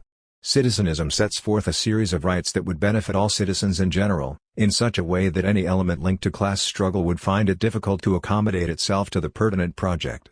In essence, it would be a proposal articulated by people clearly integrated into the logic of the system, and, as such, they would aspire to little more than a civilized management of it. A second description, closely associated with the first, considers that citizenism, content with questioning some particular elements of the reality that we endure, would fundamentally oppose itself to any sincere contestation of the system as a whole. How has the question of citizenism manifested itself in many of the, broadly understood, contemporary social movements? I must first note that we may find among them those who exhibit a clear citizenist frame of reference and, by contrast, those who distance themselves from it. There are also many organizations in which coexists often in a conflictive manner, people who position themselves within citizenism and others who do so in active opposition to the system. To describe social movements as a reality captivated by citizenism is therefore as equivocal as making them examples ontologically committed to radical contestation. Second, I shall also note that behind the many debates there follows the dispute related to class struggle mentioned above. Whoever believes in this dispute as a central element for the articulation of emancipatory projects cannot close their eyes to, and here I am repeating arguments already proposed, the significant changes registered in the scenarios inherited from the past. The main argument reminds us that many of the characteristics that strengthen the traditional working class have been diluted, since many of those who belong to this class, with reformist labor unionism as an active collaborator, have meekly accepted the rules of the system. New issues and subjects have also appeared or consolidated themselves, the natural environment and women, to cite but two examples, forcing a rethinking of strategies and tactics, which do not necessarily call for a citizenist proposal. Some of the most profound contestations to contemporary capitalism have come precisely from feminism and ecology. Thus, it would be as problematic to forget these issues and subjects as it would be to throw the ever-present legacy of workers' struggles overboard, an option all the more disturbing when we consider the re-emergence of many of the characteristics of past class struggles. On a third level, we find the debate over material and post-material struggles. Without the least intention to provide a canonical definition, I will assert that the first refer to labor, salaried, and social relations, and they fit into what should be understood as basic necessities, although the matter is more complicated than it appears to be. The second, however, have emerged once these necessities were met and respond to the aim of convincingly satisfying our demands in regard to, for instance, leisure or culture. It has often been said that the anti-globalization movements of the wealthy global north situated themselves on a post-material realm, even when the movements of the global south remained, by contrast, in a material realm. Truth be told, we should ask ourselves whether this distinction, which would place citizenism in a position close to that of the post-material, has any significance whatsoever nowadays. In which of the two realms would we place, for example, ecological struggles? Given the difficulties all of these concepts carry, we can neither do without them nor employ them without any initial critical evaluation. It seems like a simple matter to push for what ought to be the main task of those who aspire to contest capitalism as a whole, to bring together the demands of the radical working class movement, those that come mainly, for us, from the anarcho-syndicalist world, and those emanating from non-citizenist social movements, particularly those related to women and their subjugation and exploitation, to future generations and their rights, and to many of the inhabitants of the global south. The task at hand nonetheless calls for something more, a clear challenge to the logic of states and a parallel defense, as is so often advocated in this book, of direct democracy, assemblies, self-management, and decommodification. I believe that many of the popular assemblies of the 15M movement, with their aim of committing themselves to the creation of autonomous spaces, self-managed and decommodified, offer a proper example of what it means to leave mere citizenist contestation behind. The everyday practice I am concerned with here outlines, furthermore, an adequate antidote to a certain verbal radicalism that, without breaking a single dish, utters violent criticisms of the system and simultaneously scorns daily struggles, as if these were insufficiently stimulating and offered no contribution to shaping the future. If we abandon the head-on opposition to evictions or describe integral cooperatives as partial and sell-out projects, then it is likely the enemy will feel comforted. Likewise, a refusal of open opposition to the reality that we live under would be just as bad. Anarcho-syndicalism. Anarcho-syndicalism has doubtless been, particularly during the first third of the 20th century, the principal response of the libertarian movement in the realm of labor. It is a known fact that it retains an unequaled vigor among us, however far it may be from the levels reached 3/4 of a century ago. It would seem unwise to disregard the important contribution of anarcho-syndicalism, particularly in the present moment, just as it would be foolhardy to abandon, as I have already mentioned, the world of labor. This is ever more certain when, by many measures, we seem to be returning to 19th-century labor conditions, a circumstance that by itself calls for the re-emergence of combative labor unions. Strikingly, many of the old debates thought to have been definitively discarded begin to reappear, as is the case of the one that pitted Marx against the nascent Social Democratic Party of Germany regarding capitalism's alleged inherent polarization of classes and its degradation of workers' conditions. Unless proven otherwise, anarcho-syndicalism, as well as other formulas more or less akin to it, continues to be, its flaws notwithstanding, the primary instrument for the expression of anti-capitalist will in the libertarian world. It offers the most ambitious and visible perspectives of intervention, as revealed in a comparison of its active members, superficial as it may be, with those of fragmentary, so-called affinity groups. It exhibits a practical dimension of real intervention not only in the world of labor but also in society, which other organic expressions of libertarian magma lack. It constitutes, furthermore, a bastion against state-sanctioned unionism and its defects, while offering a suggestive project for the future. Émile Pouget stated in 1903, "At present, for the trade unionist the trade union is an organism of conflict and claim of worker against employer. In the future it will be the base on which normal society will be built, when freed from exploitation and oppression." 34. None of what has been said so far implies that anarcho-syndicalism is without problems. And it is likely that those problems warrant an affirmation so often formulated that suggests that libertarian syndicalism is so much more preferable the less syndicalist it is and the more open to a diversity of tasks.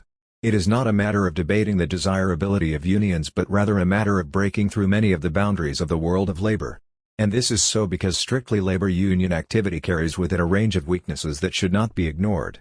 Some of these weaknesses were already referred to 100 years ago by Errico Malatesta. I will cite two of his statements. The first, undoubtedly excessive, emphasizes that unionism is not, and never will be, anything but a legalistic and conservative movement, unable to aim beyond, if that far, the improvement of working conditions. 35. The second argues, in the industrial movement the official is a danger comparable only to parliamentarianism. Any anarchist who has agreed to become a permanent and salaried official of a trade union is lost to anarchism. 36. Beyond Malatesta's views, syndicalism in general, and, to a lesser degree, anarcho-syndicalism, commonly grants a radical primacy to the salary and thus forgets, or at least postpones, important issues. Questions like environmental and resource limits, the marginalization of women, the submission suffered by the unemployed, or, to be brief, the excesses surrounding consumerism have never, or almost never, been a priority for a labor union activity.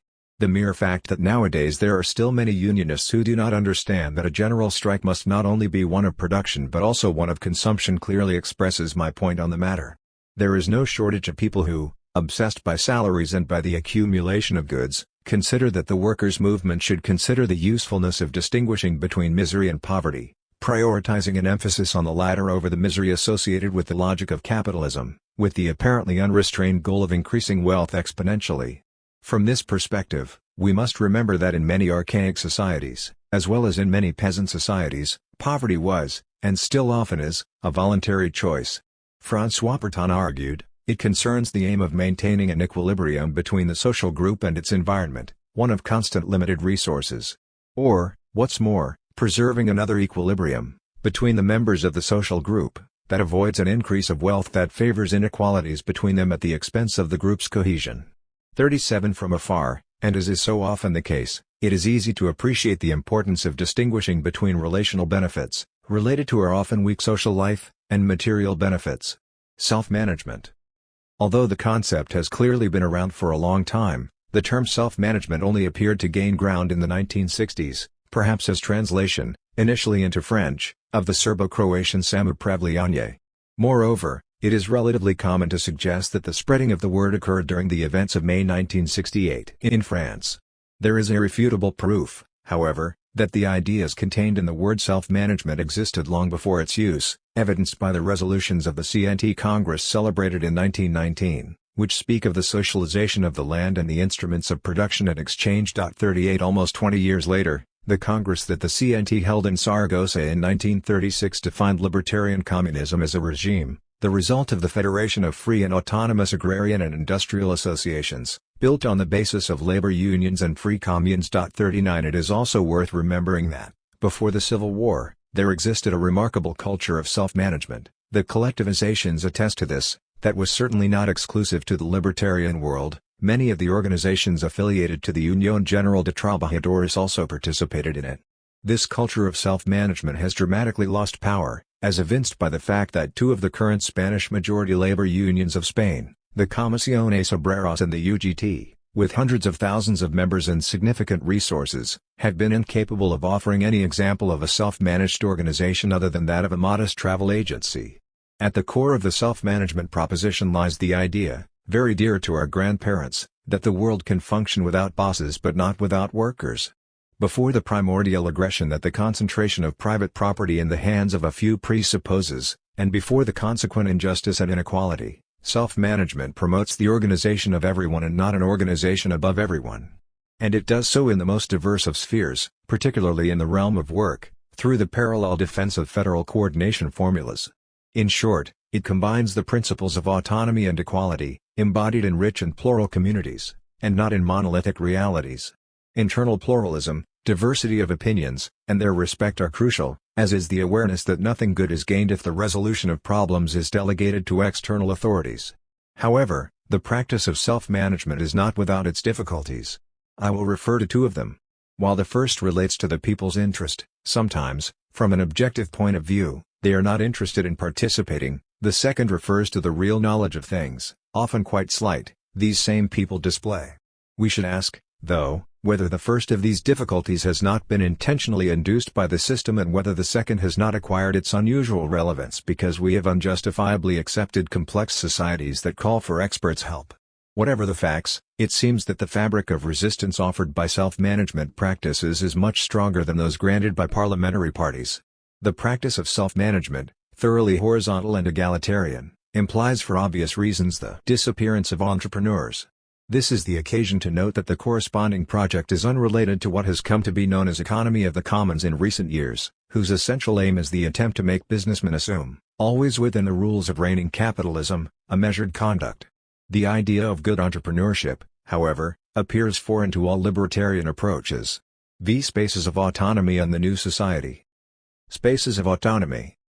For a long time, I have defended the idea that building autonomous spaces where we could apply a different set of rules than those imposed on us should be the main task for any movement that sets out to contest capitalism from the double perspective of self-management and decommodification, and certainly away from any intention to compete with the system.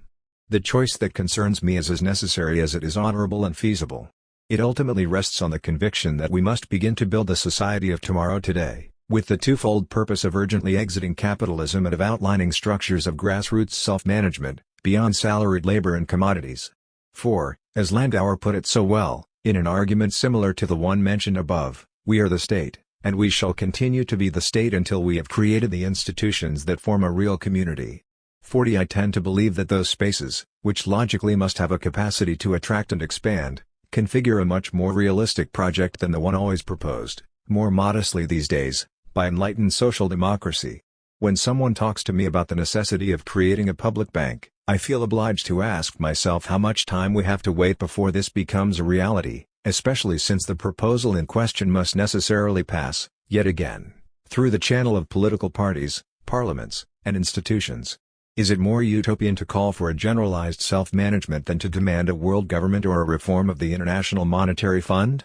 I could add, though it is not really necessary, that these spaces of autonomy of which I speak cannot in any way be isolated examples that embrace a merely individualistic and particularistic project. It is not a matter of creating small states, as Élisée Reclus originally pointed out, or as Jacques Camat restated a century later. Their perspective ought to be, necessarily and under an expansive effect, that of generalized self-management. And not only that, their introduction cannot leave aside the active and frontal contestation of the system or suppress the struggle against capital and the state. Rather, this project should promote a permanent insurrection in all areas, as many of the propositions coming from radical feminism certainly do. We should not forget also that those who struggle for these spaces have more often than not preserved forms of struggle of older traditions and, far removed from the compromised unionism we see everywhere, currently work in organizations that have always been engaged in this conflict. It's a simple task to portray, even in summary fashion, some of the objectives autonomous spaces should pursue, putting an end to division of labor, to the mass worker, victim of repetitive work, and to the negative consequences of mechanization. Recuperating knowledge is on the verge of disappearing, restoring an awareness of the meaning of autonomous work, without hierarchies or instructions from above, resuscitating the collective and collaborative element in the face of current atomization, putting an end to the hysteria of competition, finishing with the obsession of unrestrained consumption, distributing work and addressing unemployment, reassessing and distributing domestic work, and lastly, putting an end to Homo economicus linked to the societies of necessity and not to societies of the gift. 41. The debate over autonomy. The project that I now defend has certainly aroused criticisms that merit both attention and responses. So far it has been said, against all reason, I believe, that it rests on an implicit acceptance of the capitalist order. It is quite surprising that this argument comes from those who have chosen to assume the two alternative paths glimpsed in the world of left, the legalist parliamentarian and the revolutionary putschist. If in the first case the surprise is obvious, in the second it refers to reasons that should also be evident and that are related to the blatant acceptance of entire imaginary or power, hierarchy, vanguard, and substitution. I don't wish to annoy anyone when I emphasize that these two presumably alternative paths share far too many elements in common. Both lack a reflection on power and alienation. Both elude considering the implications of power in all spheres: family, school, work, science, technology, unions, and political parties. The consequences of complex societies, industrialization, urbanization, and deroyalization are ignored in both. The commonly silent acceptance of growth, consumption, and competition is also noticeable in them. And we may also foretell in both the risk of imminent absorption by a system that in fact has never been abandoned. Instead of smiling before what they understand as the utopian naivete of those who forge autonomous spaces, these individuals would do better to revise their knowledge of history and remember how the first Christians succeeded at the margins of the Roman Empire, how the first incipient capitalist enterprises established themselves in the face of absolutist states, or simply the successes and failures of some socialists, the primitive, wrongly called utopians, and always doomed to oblivion. I am obliged to add that if this discussion that I bring up today seems very old, its relevance, however, is perhaps far greater than in the past. This is so at least in the eyes of those of us who consider that capitalism has entered a phase of terminal corrosion that, due to climate change, the depletion of primary energy resources, the continuing exploitation of the countries of the Global South, the disintegration of precarious safety nets, and the desperate deployment of a new and obscene social Darwinism puts the collapse just around the corner. In the face of this, the response of the two aforementioned alternative paths seems unfortunately weak, if in some cases, little more than the defense of welfare states and a social exit from the crisis is called for, or as I have previously suggested, and what amounts to the same, an unreal and sordid return to 2007. In others, this response finds sustenance in the illusion of a self-proclaimed vanguard, invested with the authority granted by a supposed social science, that must decide for all by imitating many of the recorded fiascos of the 20th century. Failing that, they promote radical anti-capitalist claims that care nothing for documenting how the corresponding project will be carried out.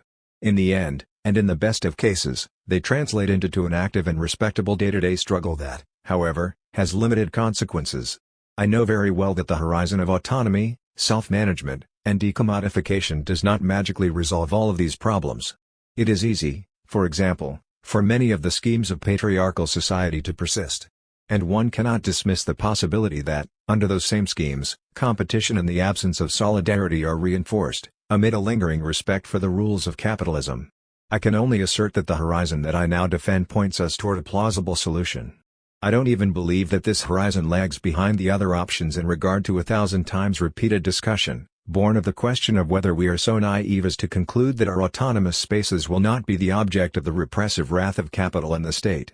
We are not. We simply limit ourselves to asking our friends who recommend the legal parliamentarian and revolutionary putschist options what defenses they plan for their own projects and whether they are in a position to deploy them, all the more so when, considering the current state of things, it looks less and less likely that they will have something to defend. Are these more solid or credible than ours? Or will it be the case, in the end, and please allow me this maliciousness, that those who throw themselves into the effort to repress autonomous spaces are those same friends with whom we debate today? I leave for the end a dispute that is not without interest, whether the project of autonomy and the other two which I have critically glossed are incompatible or whether, on the contrary, they can find some common ground. I will answer in a manner that is both quick and self-interested. If the major consequence of this common ground is that it allows many people to approach liberated spaces, then it is welcome. Yet I fear that we are speaking of diametrically opposing views about what social organization is and what emancipation entails. And I see myself obliged to underscore the enormous flaw in the traditional left's commitments, where there is not even a whiff of self-management in what we do smell, by contrast, is a scenario of hierarchies, representation, and complete reproductions of the world that we supposedly claim to challenge. Although no one has a magic solution to problems, I am more and more convinced that there are some who have chosen to embrace the quickest and most convincing path. The future society. Those versions of anarchism that conceived of revolution as a moment in the course of which a well-defined human group, often identified with a social class, would suddenly subvert the existing rules and outline new ones seem to have lost ground. Even though this perspective has acquired, with whatever nuances that we may think of, a kind of legitimacy at certain moments in history, there are more than enough reasons to imagine different horizons, such as those linked to long processes of class struggle accompanied by the progressive gestation of spaces of autonomy, with the presence and participation of less compact human groups than those that seem to lead many of the rebellions of the past aiming at emancipation. In this respect, and by way of conclusion, there are many who consider that the old distinction between evolution and revolution has lost its significance. It was Élisée Reclus who argued that revolutionary upheavals are an unequivocal part of a natural evolutionary process. Furthermore, despite some anarchists denying the existence of a transition phase, this is a rather uncommon characteristic of the libertarian project. Rather, it is the effort to stress that the characteristics of this phase should adjust themselves thoroughly to the condition of the final objective, something that, we must admit, logically implies a certain weakening of the presumed transition phase. The effort in question is accompanied by the firm conviction that a revolution is the only salvation, not because of a radical drive or a dogmatic stubbornness but rather a simple relational logic. I have already pointed out that libertarian thought appears mistrustful of the rigor and utility of pre-established theories and deterministic processes. Therefore, it gives no serious credit to the idea that today's reality leads inexorably toward libertarian communism or something similar. It underscores time and again, however, that equality cannot be created by means of instruments, in particular, the state, that by definition embody hierarchy and inequality. It is unthinkable for a free society to arise from decisions taken by a separate bureaucracy, a presumed carrier of special knowledge and virtues. Moreover, the mark of Proudhonian federalism lies at the core of the majority of libertarian projects, that is, the defense of a society articulated federally from below, in which, with the commune as its basic unit, decentralization and self-management are procedures that counteract the effects of the concentration of power and the decisions coming from above. Thus, behind all this we may surmise a thorough defense of the full autonomy of individuals and of the institutions they establish, by means of free and voluntary agreements. The book Anarchismo Básico reminds us that in the second half of the 19th century, anarchists were called not only anti-authoritarians and revolutionary socialists but also autonomists and federalists. 42. In short, the revolution the libertarians have in mind will be, above all, a social revolution, and not a political one. The Troploin collective states, our emancipation will not come except from a revolution that transforms the whole of daily life at the same time that it attacks political power and creates its own organs, by means of an insurrection that, combining both a destructive and a creative labor, brings down repressive apparatuses and replaces them with non-mercantile social relations, reaching the point of irreversibility, removing from beings and things their quality of commodities, undermining the bases of bourgeois and state power, and changing structures and materials. 43. Fotopoulos and Albert. I will now turn my attention to two recent theorizations, authored by Takis Fotopoulos and Michael Albert, that are modestly controversial and that refer to what a libertarian society could be like. 44 It is not a matter of closed conceptions, as one may easily imagine. Do those people demanding exhaustive proposals in economics have, by any chance, anything to offer to us? The market economy, perhaps? Fotopoulos's perspective is based on advocating a society that is grounded never on imposition but on free and voluntary decisions that allow for the taking of collective decisions, in contrast to the oligarchic politics of today. In this society there would be no institutional structures that could reflect unequal relations of power. Once hierarchical relations are abolished and the primacy of experts shut down, formulas of election by lot will prevail, with full and permanent revocability, in such a way that representation will adjust itself to very strict norms and clearly assigned duties. The assembly will be the principal body of the different communities, coordinated through regional and confederal administrative councils, with delegates nominated with revocable mandates and subject to rotation. In Fotopoulos's view, Democracy will also have to inexorably encompass the economy through communities that are self-sufficient to the greatest possible degree. Property will be collectivized, it will not belong to the workers of any one factory or another, and so will be common resources, assigned in solidarity and in a confederal manner by means of decentralized planning formulas. The community will be their deployment unit, and not the productive centers, with a view to satisfying general interests and avoiding criteria favored by growth and efficiency. Fotopoulos points out in this regard that cooperatives are not in themselves spaces of full autonomy, to the extent that they can simply be another form of business. Most important are the dimension of integration and the aim of prefiguring the future society on the basis of self-management, mutual aid, and equality. The model advocated by Fotopoulos would benefit from a notable decentralization, under a wholehearted commitment to smaller political communities, less bureaucratized and closer to the people. Fotopoulos reminds us that the existence of a relation between high levels of income and the reduced size of states can hardly be a mere coincidence.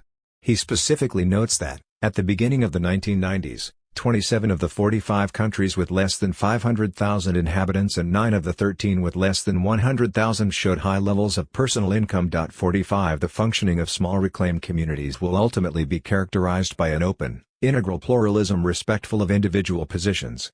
In Fotopoulos's eyes, new technologies can cooperate in the incorporation of formulas of direct democracy and in confederal coordination. Albert's analysis, for its part, is more detailed than Fotopoulos's regarding the economic dimension of the advocated model.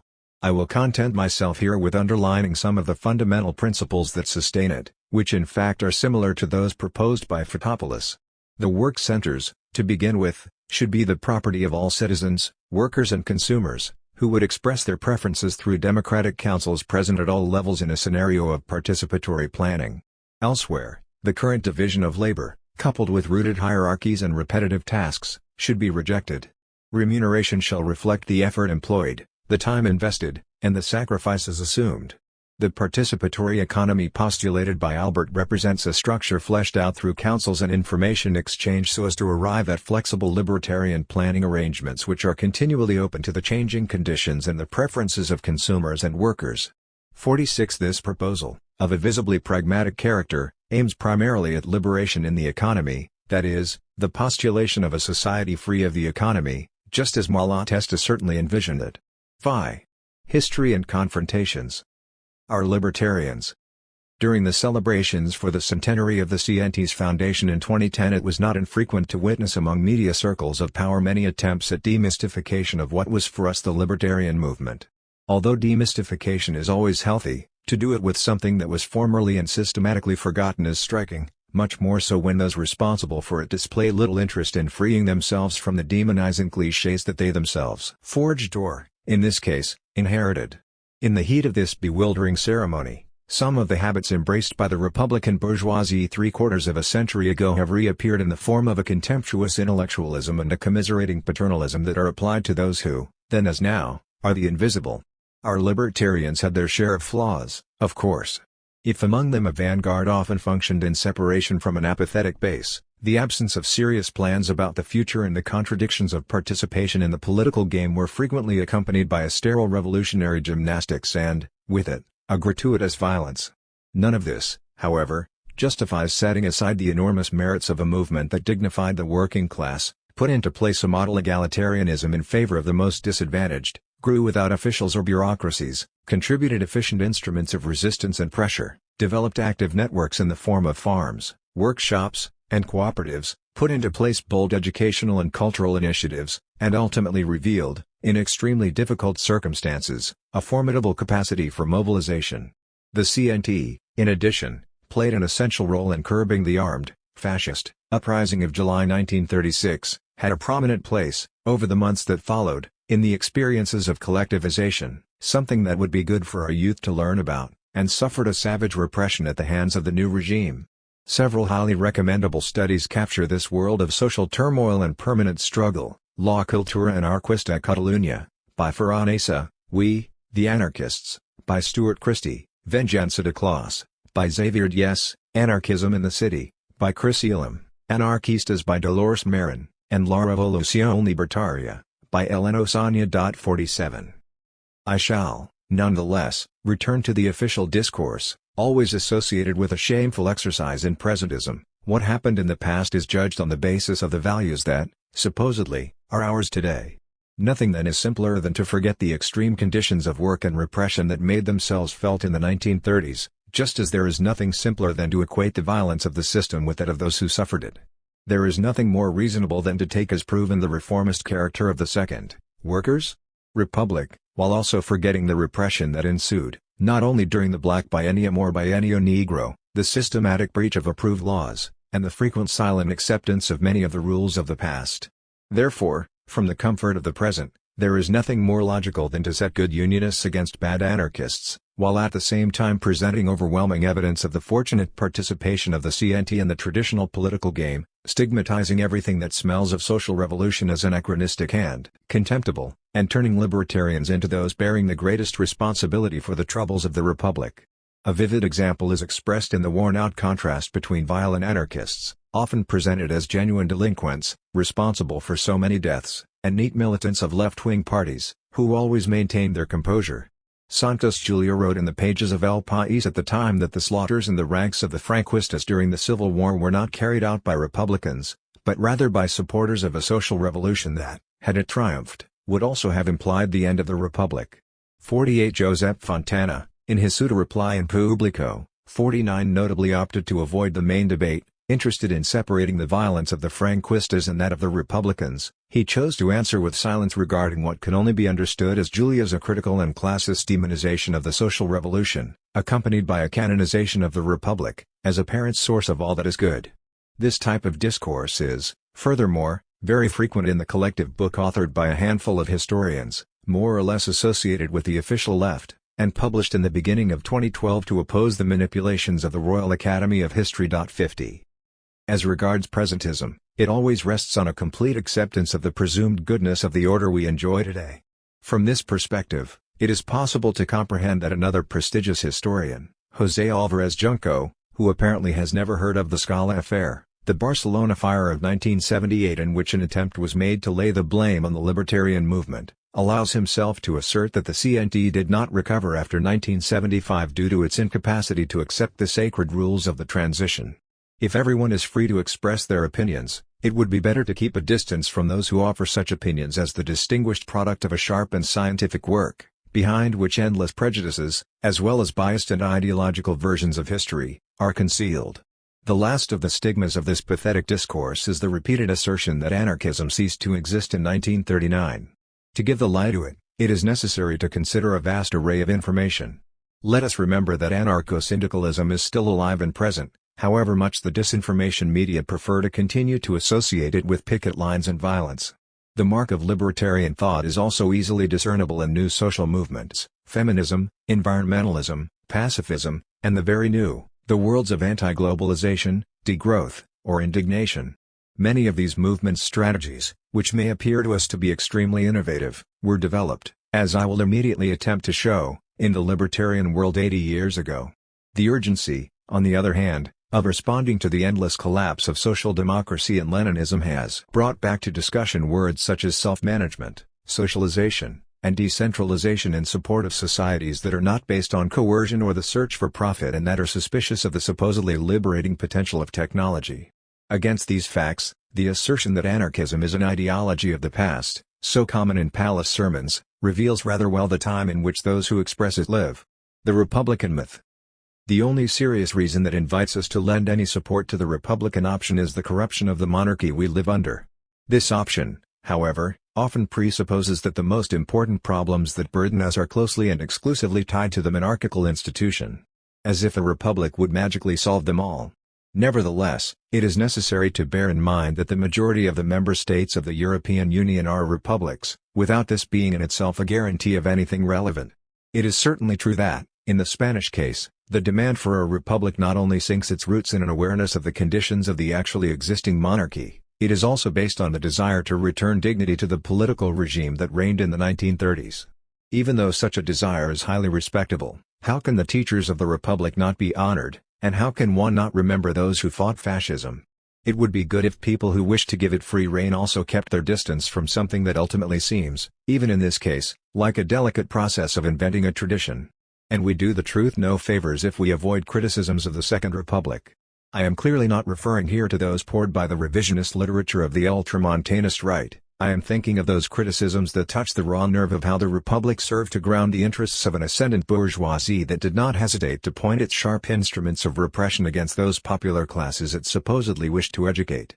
I think also of how it left things as they were in decisive respects in the end, or in the necessity to disable myths that have been forged with time around such equivocal personalities as Azana and Ortega, the first being portrayed as a statesman, bearer of a modernizing national project and in no way associated with the ascendant bourgeoisie mentioned above, while the second is described bluntly as an impeccable Democrat, Europeanist, federalist, and tolerant. It will be wise not to lose sight of the fact that we often place many people under the general category of Republicans, who, from the perspective of a final social revolution, struggled in favor of other horizons. The Republican police is like the monarchist police, just as Republican tyranny is the same as that of the monarchy. The police is unchanged, nor will it change. Its mission was, is and will continue to be the persecution of workers and the poor, an editorial in Solidaridad Obrera stated with sharp clarity in 1932.51. The Years of War. Allow me to dedicate some time to give my opinion on what libertarians did in the years of the Spanish Civil War, a moment in which the workers, or many of them, confronted fascism head-on, something that their German, Italian, or French counterparts did not do, or did only with far less daring. It is well known that in those years an acute and intense polemic took place between those who argued that the war and the revolution had to be carried out simultaneously, in substance, the libertarians, and those who asserted that the only priority was being victorious in the war. The scenario was particularly hostile for the former, who certainly suffered the effects of the war but also the harassment, the boycott, and the lack of collaboration, in many cases, of the Republican authorities and the political forces that backed them. The Party of Order, as its name states, assumed an unabashed defense of the established order, symbolically expressed in the devolution to their owners of many of the industries and lands that had been collectivized at the beginning of the war. As a result, in the decades that followed, the experiment of collectivization, carried out voluntarily in the majority of cases by industrial workers and peasants without hierarchical structures, fell into oblivion, along with the Republicans' endeavors against it. Little attention has been given to the fact that many of the Russian debates from 2 decades earlier re-emerged in Spain in 1936. Were the conditions ripe for a revolution in the country? A good part of the Leninist historiography that had answered affirmatively to this question in regard to Russia seemed to understand that in Spain, by contrast, the conditions were absent, to such an extent that the sign of apparent revolution registered in 1936 would have rather been the product of the failure, albeit relative, of the military uprising than the consequence of an objectively suitable scenario for revolution. It was easy to suspect a hidden prosaic fact: the prospect of a revolution in Spain was scorned because it would barely be controlled and directed by those who were putting forth the argument against it. The libertarian response, of course, revealed itself to be far less imbued with objective certainties and far more inclined to identifying various possibilities derived from complex circumstances, and not only from the military coup. As things were, some of the versions of Leninist critique, and by this I am not referring to the Spanish Communist Party's official discourse, were in agreement in pointing out that the anarchists should have taken power in 1936. We could conclude that the Leninists believed, in their own way, in the Spanish libertarian movement, for which they seemed to display a subterranean admiration. Otherwise, they would never have suggested that a rival assumed governments and ministries. Certainly, anarchists never unilaterally and exclusively took power. In this they were consistent, just as it is certain that on the ground, and at least in its directive helm, for an entity of this nature did finally develop, they abandoned the full deployment of a grassroots revolution and often entered into open contradiction with the very principles they declared as their own. This curious way of proceeding resulted in a very peculiar scenario. While, on the one hand, it was emphasized that the libertarians were people whom it was not convenient to trust, an obstacle in the path of republican order, on the other, it was usually forgotten that the CNT essentially did what it was asked. It incorporated itself, in particular, to the Catalan and Spanish governments, with well-known results, an accumulation of difficulties for internal democracy, where an incipient bureaucracy settled and in which debate was non-existent. Not only did it fail to gain any benefit for its cause, it would also soon come to admit the magnitude of the error committed. It acted with a naive generosity that others did nothing to reciprocate. Let us not forget that, during the Civil War, the conduct of the libertarian world was infinitely less aggressive and planned than the power apparatus of the Republic and its supporters. Against this backdrop, and as far as I can see, the record of those years, when an extraordinary combination of the most beautiful experiment and the most colossal error took place, did not demonstrate the ineptitude of the anarchist project but rather the terrible consequences of its abandonment. Why should we accept, and here I return to the theoretical discussion of the grounds for a potential Spanish Revolution, the supposed error of singularity, of the anomaly, of an anarchism and an anarcho-syndicalism that thrived after the First World War? Did others fare much better? Was not this anomaly a principal explanation for why it took 3 years for fascism to sink its roots in the greater part of the Iberian Peninsula? Are we not, in the end, under the obligation to do away with many of the stigmas that have been fixed on Spanish libertarians? In this respect, I am glad to see that some professional historians have begun to acknowledge this, even though our anarchists never developed a millenarian movement, not even in the south of the peninsula, and even though there is no reason to disqualify a priori such a commitment. It would seem the promising beginning of revisionism. The CNT example. Chris Elam's book, already referred to above, offers precious information with respect to the kind of action developed by the CNT over a quarter century in a singular location, the city of Barcelona. It portrays, first and foremost, a revolutionary transformation of space and control of public life, 52 with a sharp consciousness of community and local autonomy, 53 a noteworthy effort directed toward rendering neighborhoods impenetrable, independent, and mutually supporting, 54 and finally, the deployment of practices of a profoundly democratic nature. What was revealed behind all this was the aim of enforcing a morality superior to that of the bourgeois, commonly perceived as criminals, and under the aegis of a very active movement of denunciation of what alcohol, prostitution, religious institutions, bullfights, or sexual repression entailed. The most significant result was a collective and elated weak confronting property-owning classes who impeded the satisfaction of vital necessities, 55 such as those related to clothing, food, and shelter. 56 a we that is also coupled with an explicit defense of illegality, understood as anarchist and revolutionary. 57 I am a pure anarchist and I rob banks, yet I am incapable of robbing the poor, like others do, stated one of the thieves of an armory. 58 Libertarian Barcelona would often flaunt its support for self-management practices.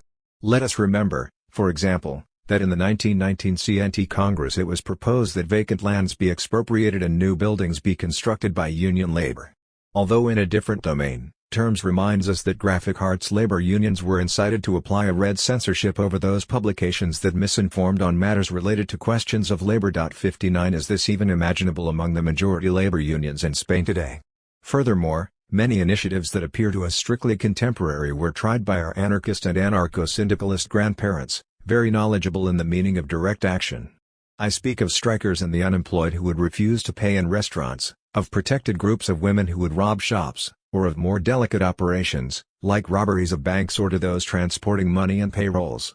There were also frequent protests organized to reduce the cost of housing and food.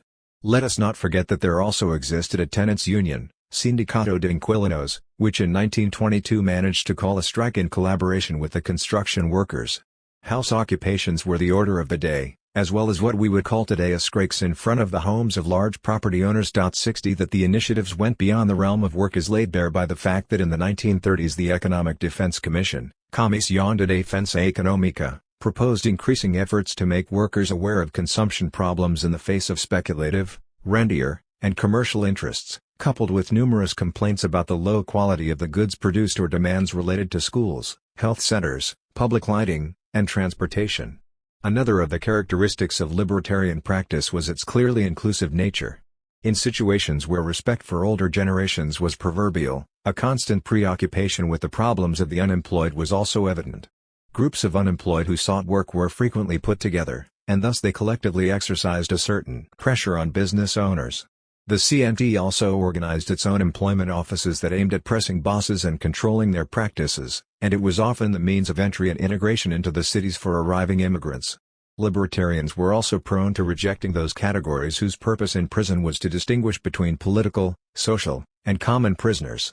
It seems hard to assert, however, that things developed along the same lines with respect to women, who were regular victims of marginalization and were commonly relegated to secondary roles. The libertarian world, I shall add, also generated a rich network of support in the area of culture and propaganda. By this I'm referring to associations, athenaeums, with spaces that offered products at reduced prices or that scheduled musical and theatrical events, further examples of what I have called spaces of autonomy elsewhere in this book, rationalist schools, dedicated to literacy and cultural dissemination, cooperatives, workshops, farms, newspapers, publishing houses, libraries, and excursion and naturalist clubs. What still remains to be studied is the very solid relation with the world of culture, written culture in particular, which has always been displayed by so many libertarians, who undoubtedly managed to rise above the horizon that a society burdened by injustice and inequality had prepared for them. Elam states that, under the umbrella of the CNT, this dense fabric allowed the forging of an autonomous proletarian culture capable of resisting the influx exercised in so many other places by instruments of mass culture that, in the realm of sports and music, eroded the vigor of socialist consciousness. 61. Marx and his followers. I find little pleasure in the obscenely identitarian arguments that have so often marked the relation, or, better put, the rivalry, between libertarians and Marxists. If I have always felt disturbed by the petulance of many of the latter, supposed bearers of a terribly complex social science that calls for high priests, I also find no comfort before certain discourses that, from a libertarian point of view, escape any critical discussion of important matters. Therefore, we first need to distinguish between the different kinds of Marxists. It is quite clear that there is little relation between, on the one hand, an arrogant Leninist who believes, with a military spirit, in the redeeming party and recklessly wields the same old phraseology and, on the other, the heterodox Marxists who in many cases have been influenced by, and have duly acknowledged this, a libertarian stream. Although choosing specific examples provokes in me a certain discomfort, I can refer to those that, seemingly open-minded and open to dialogue, often flaunt dramatic silences. A superficial example, the book The Idea of Communism, by Tariq Ali. 62. The text does not do justice to its title, however, given that it barely pays attention to the idea of communism. Ali's work simply identifies the latter with Marx and Engels's thought and the thought of those who have claimed allegiance to them, ignoring any consideration of the communist currents that flow through other channels, in particular the libertarian. It is pointless for the reader to search in those pages, for instance, for any mention of Bakunin, Kropotkin, or Malatesta. Ali sidesteps all discussion of the state, does the impossible to save Lenin's and Trotsky's faces, all evils find their source in Stalinism, ignores the criticisms that the Soviet and Chinese experiments received from anarchist premises or from heterodox Marxism itself, and ultimately, and probably without wanting to, feeds the idea that to gauge what communism is, it is sufficient to resolve the question of what the Soviet-type systems actually were. I willingly accept, nonetheless, that to determine what Marx said and did is not always a simple task. If I were to begin with the good side of the German thinker, I would point out that the anti-statist dimension of Marx and Engels's thought has been ignored 1,000 times over. I will refer in this case to the Engels who wrote The Origin of the Family, Private Property and the State, and who rightly stated, "The society which organizes production anew on the basis of a free and equal association of the producers will put the whole state machinery where it will then belong, into the Museum of Antiquities, next to the spinning wheel and the bronze axe." 63. And I will emphasize that the explanation of the concept, quite infrequent in Marx's work, of dictatorship of the proletariat has been abused. Thus, I shall ask, where are those Marxists who forget that Marx often defined socialism as a federation of free communes and not as a bureaucratized and centralized state, which, as far as I am concerned, drastically separates his views from those brandished by Lenin beginning in 1917. I will confess, however, that to present Marx as a libertarian thinker is to do violence to reality, regardless of how much the economic and philosophic manuscripts of 1844, with the theory of alienation, and the Civil War in France are profusely cited, just as Lenin's The State and Revolution is also cited. The careful anthology of Marx's and Engels's libertarian thought by Carlos Diaz published a few years ago seems to confirm this to me, albeit not without a paradox. 64. Yet this may also be perhaps a good occasion to remember that the anarchist contemporaries of Marx, most significantly, Bakunin, seem to have accepted the essence of his critique of political economy, often emphasizing that such an acceptance was largely due to the idea that this critique was rooted in concepts already grounded in the practice of the workers' movement of the time. 65. What has often been described as a gesture of intellectual openness by Bakunin, the celebrated acceptance of Marxist political economy, may also be interpreted as an unforgivable carelessness. Nevertheless, the principal theorists of 19th-century anarchism failed to develop a critique of political economy that could respond in a more refined way to the conceptual presuppositions of anarchism, an option that today seems quite delicate to us, even if we acknowledge that none of these 19th-century anarchist theorists sought to deploy a macro worldview as Marx aspired to do. Even though a large part of Marx's theorizations about wage labor, commodities, or surplus value merit everyone's attention, there are, as far as I can see, 5 significant lacunae in Marx's proposition: an ignorance with regard to many of the oppressions and alienations that we suffer and, hence, what this implies about the roots of emancipation, a dramatic idealization of the development of the productive forces as sources of prosperity and justice, the intuition that the material resources available to us are inexhaustible, the incapacity to take cognizance of the exploitation and marginalization specific to women, and, lastly, an unrestrained Jacobinism. In the back room, and in a plan burdened by the defense of aberrant formulas of centralization that, and I will say it again, owe so much to the presumption of possessing a social science that should be managed by a group of specialists, a kind of Marxism has surreptitiously exalted, stolen, actually, the word socialism as if it were the supreme expression of its wager, in the same way that capitalism has enjoyed identifying itself, with vested interest, with democracy. Power, the Soviet experiment. If there is any meaning in discussing Marx's affinities and choices, the presumed realization of his thought in what became known as Soviet-type systems leaves little room to maneuver. The first thing worth reviewing here is the perspicacious lucidity of many anarchist analyses that cautioned against the possible consequences of applying Marx's ideas.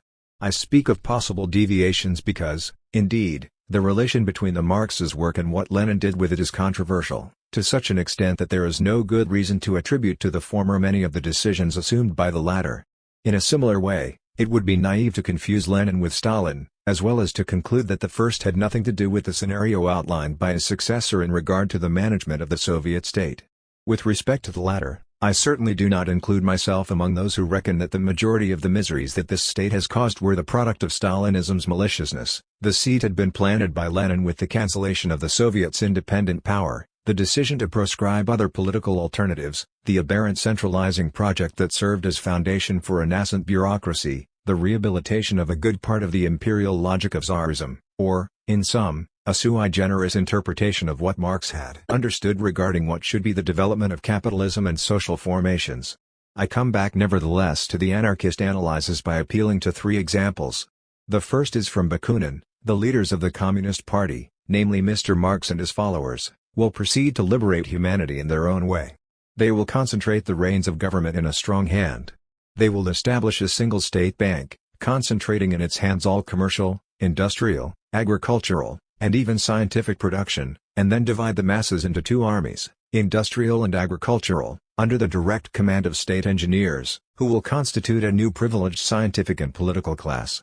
66. The second is from Tolstoy: despite him being a kind of reluctant anarchist, even if that should happen which Marx predicted, then the only thing that will happen is that despotism will be passed on. Now the capitalists are ruling, but then the directors of the working class will rule. 67. And the third is from Diego Abad de Santillán, who in this case wrote a posteriori: either the revolution gives social wealth to the producers, or it does not. If it does, the producers organize themselves for collective production and distribution and there is nothing left for the state to do. If it does not give social wealth to the producers, the revolution is nothing but a deception and the state goes on. 68. It is not difficult to summarize in a few words what I believe the Soviet-type systems wound up becoming: a form of bureaucratic state capitalism, dramatically incapable of transcending the historical and social universe of canonical capitalism. And under it a new tyranny developed: wage labor and commodities failed to disappear, the power of grassroots revolutionary organizations, the Soviets, was annihilated, and, with it, any perspective of self-management was evaporated, a bureaucracy emerged that transformed itself into a kind of collective capitalist, and, as a result, no social revolution took form. Moreover, a working class that would have been head of the new state was invented and idealized. How much more interesting it is to study the deviations of the Soviets than it is to analyze the palace intrigues of the Bolsheviks. A clear idealization of the virtues attributed to the development of productive forces gained ground, and, in a scenario in which all dissidence was annihilated, national dissidence included, the repression and military power reached enormous levels, and a formidable idolatry of the state took shape, clearly oblivious to many of Marx's theorizations in this regard. If someone wishes to add that external pressure had a significant influence on the establishment of all these elements, I would happily agree, understanding, however, that this can hardly justify the results. It would be unwarranted to categorically state that an intentionally revolutionary process must always end up transformed into something else, either through loss of momentum or through authoritarian radicalization and state idolatry, as a consequence of the pressure exerted by the order against which it is mobilized. Many of the excesses of the Soviet-type systems found their realization in an institution, the leading single party, where the utmost degree of a hierarchical perspective found its expression. Holloway describes it as a sort of disciplining of the class struggle, by virtue of which the latter's endless expressions are subordinated to state control. 69 Such an impoverishment of class struggle was not limited to the different forms of expression of Leninist, Trotskyist, or Stalinist discourse. On the contrary, it extends to all of those projects whose aim is the conquest of political power, that is, to all of those projects incapable of forging themselves without hierarchies and leaders. The collapse of social democracy. At this stage, it no longer seems to make any real sense to critically evaluate social democracy. It has itself contributed to its own discredit in powerful ways. If 100 years ago there still remained a small glimmer for thinking that the ideology promoted by Bernstein or Kautsky aimed at overcoming capitalism, the illusions in this respect have waned over the course of the 20th century. In the best of cases, and I emphasize in the best of cases, because circumstances have very often been evidently worse, the objective of social democracy, a project in fact circumscribed to Western Europe, was to manage capitalism in a civilized manner. Even though nowadays there are still many who long for the era of welfare states, I very much fear that the balance of the golden age of social democracy is something less flattering. The obstacles it placed in the path of predatory capitalism were minor. It fed a handful of myths that today cannot but be felt empty: civil society, citizenism, representative democracy. It did not hesitate to comply with all the misery associated with concepts such as growth and competitiveness. It promoted a delicate social demobilization. It linked its name to a particular entity, the famous welfare states, which I have already attempted to explain above, and, finally, it propitiated the development of new forms of colonial domination. All this was forged, let us not forget, in the era of the fat cows, in the years of cheap oil, at the hands of a mental narrative that, under a formidable effort of propaganda and at this scale of self-adulation, we must admit, somehow managed to work. Subsequent events came to show that there is not much difference, despite the appearances, between the civilized management of capitalism and being carried away by its avalanche in its most savage and unregulated form. In the last quarter century, social democracy has diluted itself in the magma of the liberal order, even in that of neoliberalism, and it has thereby lost its already precarious markers of identity. The corresponding political project, if it can be called that, is an indelible and singularly pathetic part of this order, to such an extent that it in no way proposes overcoming it. The consequence is easy to discern: the main debate, an easy one to win, with those who still continue to uphold a social democratic horizon, is the one concerning the whereabouts of the political forces capable of expressing its demands.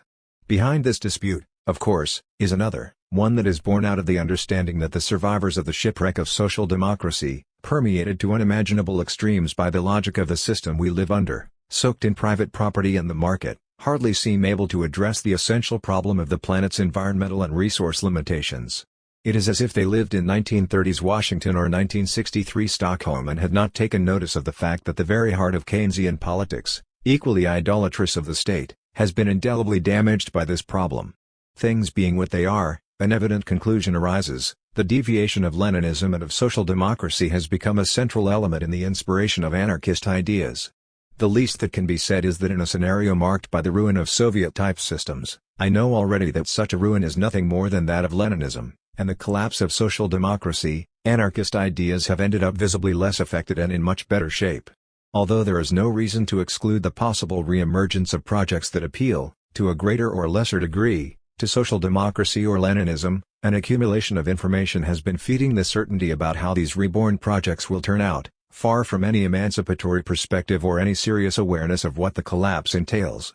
This is what one should expect from political forces that, while employing an apparently radical verbal arsenal, perhaps a legacy of their former Leninist affinities, do not hesitate in maintaining alliances with a fully compromised social democracy and its labor union wings, abiding fully with the institutional game, rejecting any project that sustains even a distant relation with self-management, and, imbued with an aberrant short-termism, preferring to close their eyes to the evidence that, as I have just noted, the social democratic vulgate provides no answer to the coming collapse.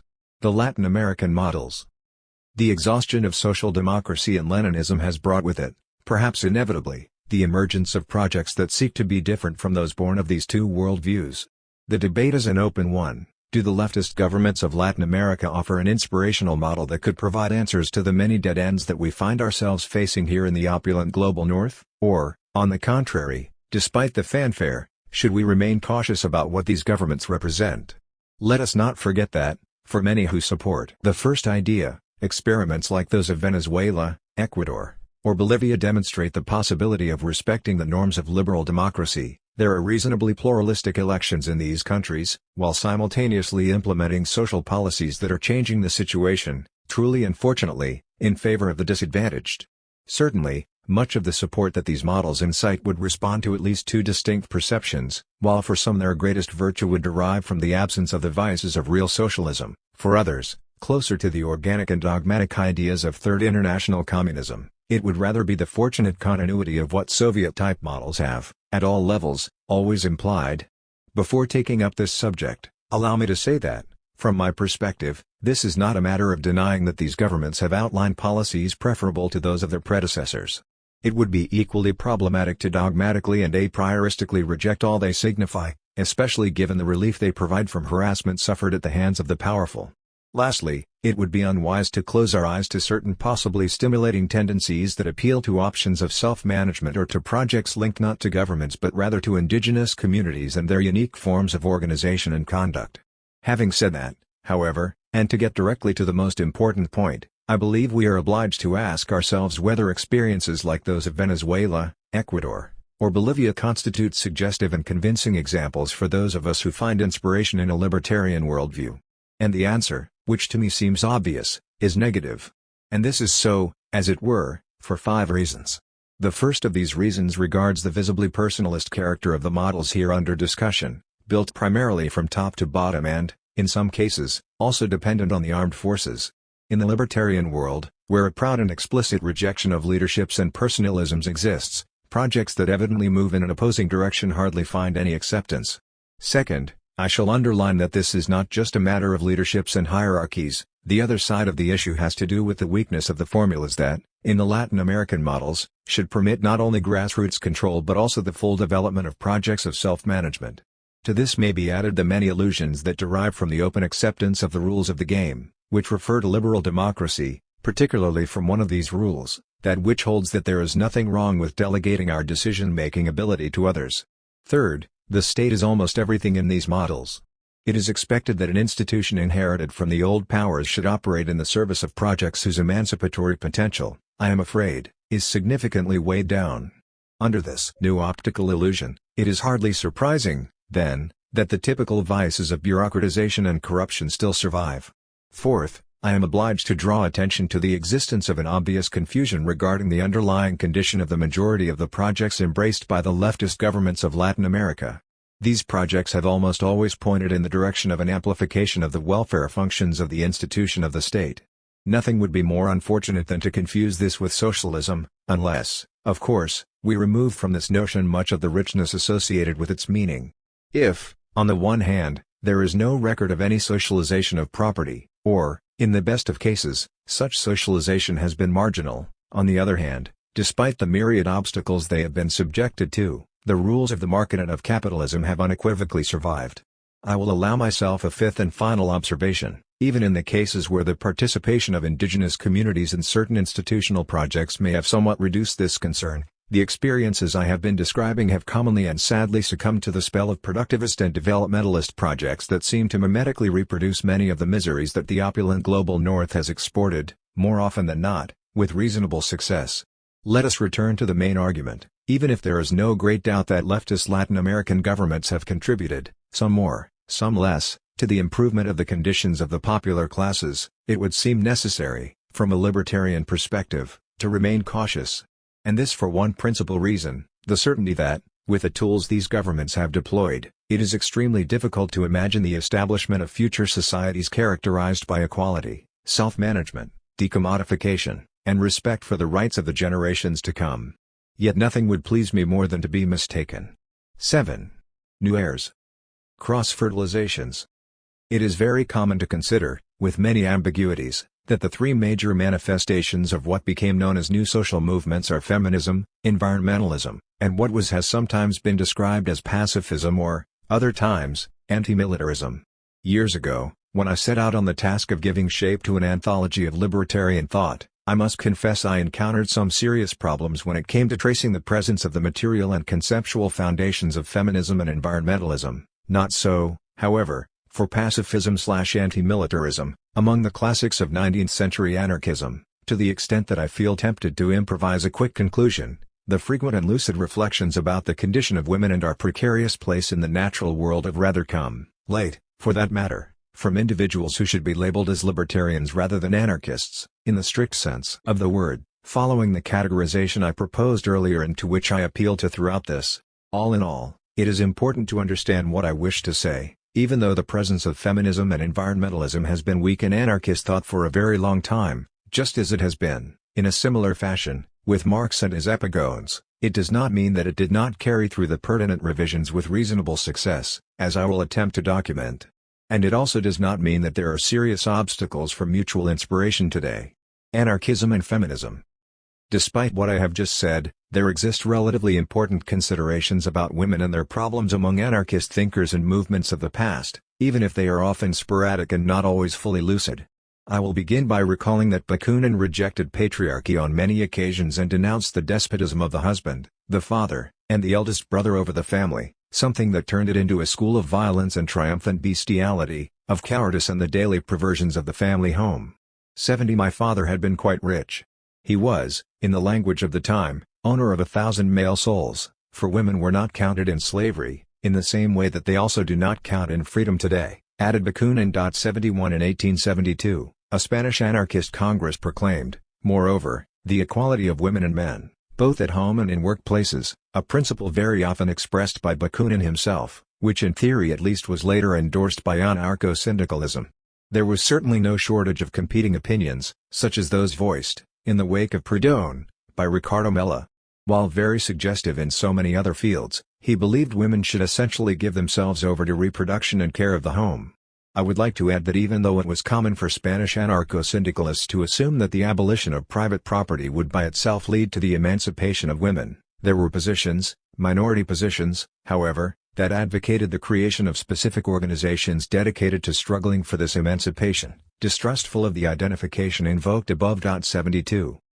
Nevertheless, it seems reasonable to stress that the questioning of the monogamous family had been a common topic, much earlier, in the writings of Charles Fourier, one of the first socialists, who considered this type of family anti-natural, because it repressed passions, those linked to carnal love, as well as those of a platonic nature, and was grounded on the supposed inferiority of women.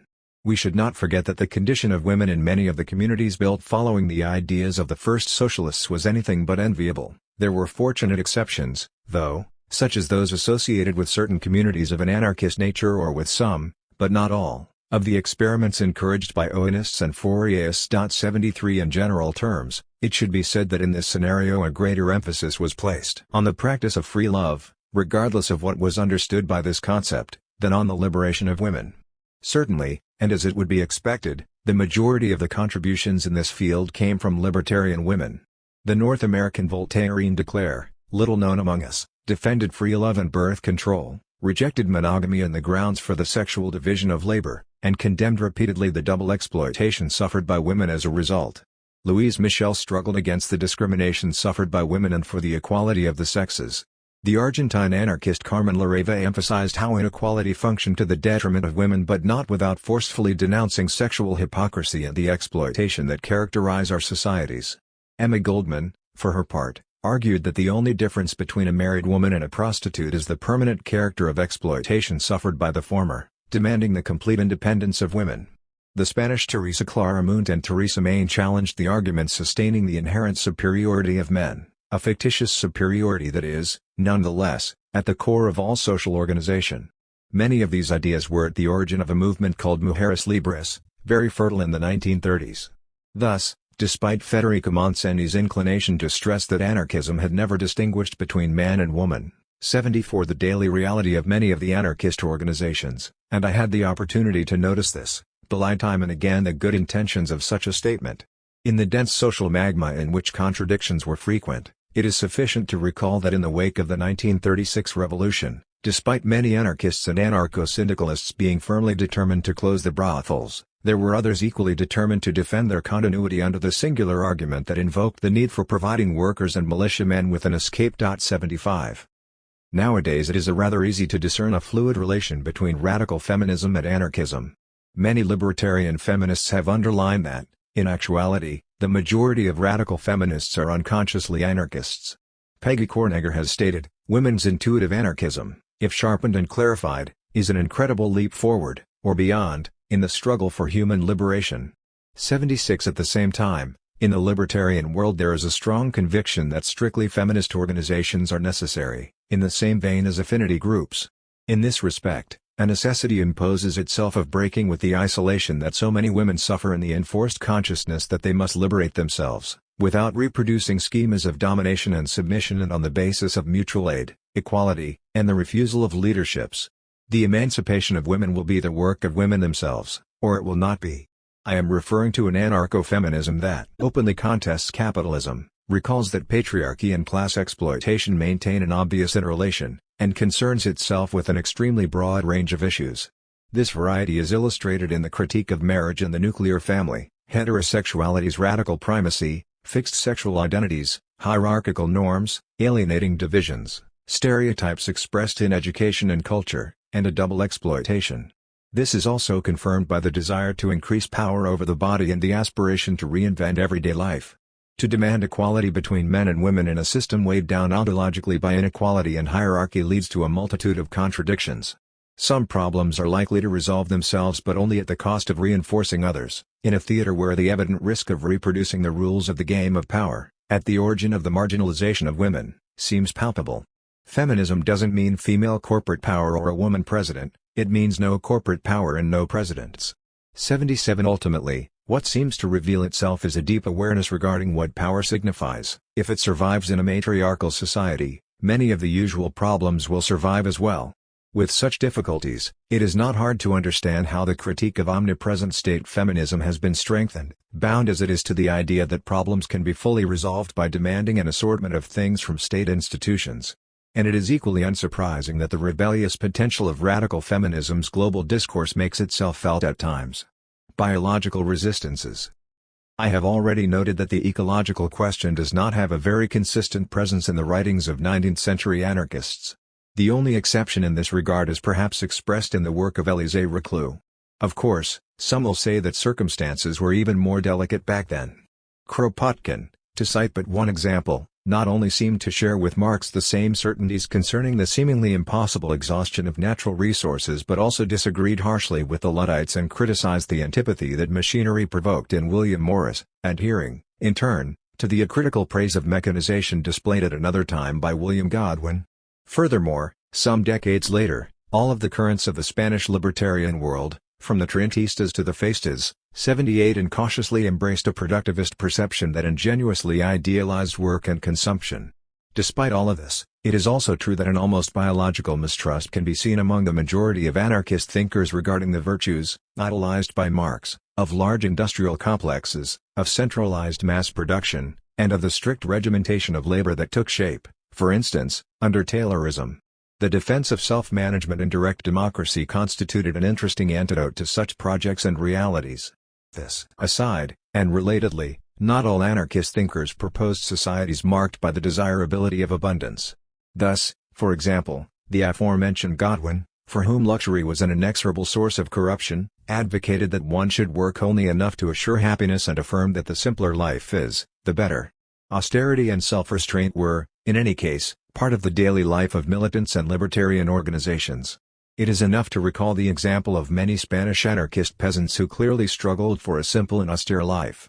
Another mental paradigm that forcefully contributed, and still does, to protecting what should be understood as a spontaneous ecological consciousness in the libertarian world was the aim of defending many of the organizational and relational habits of primitive societies. 79 Studies like those carried out by Solons, Klasters, or Zerson, which I have mentioned above, have served to identify societies based on mutual aid, both in the past as well as in the present, that are not subject to the logic of accumulation and profit and are neither hierarchized nor burdened by the institution of the state.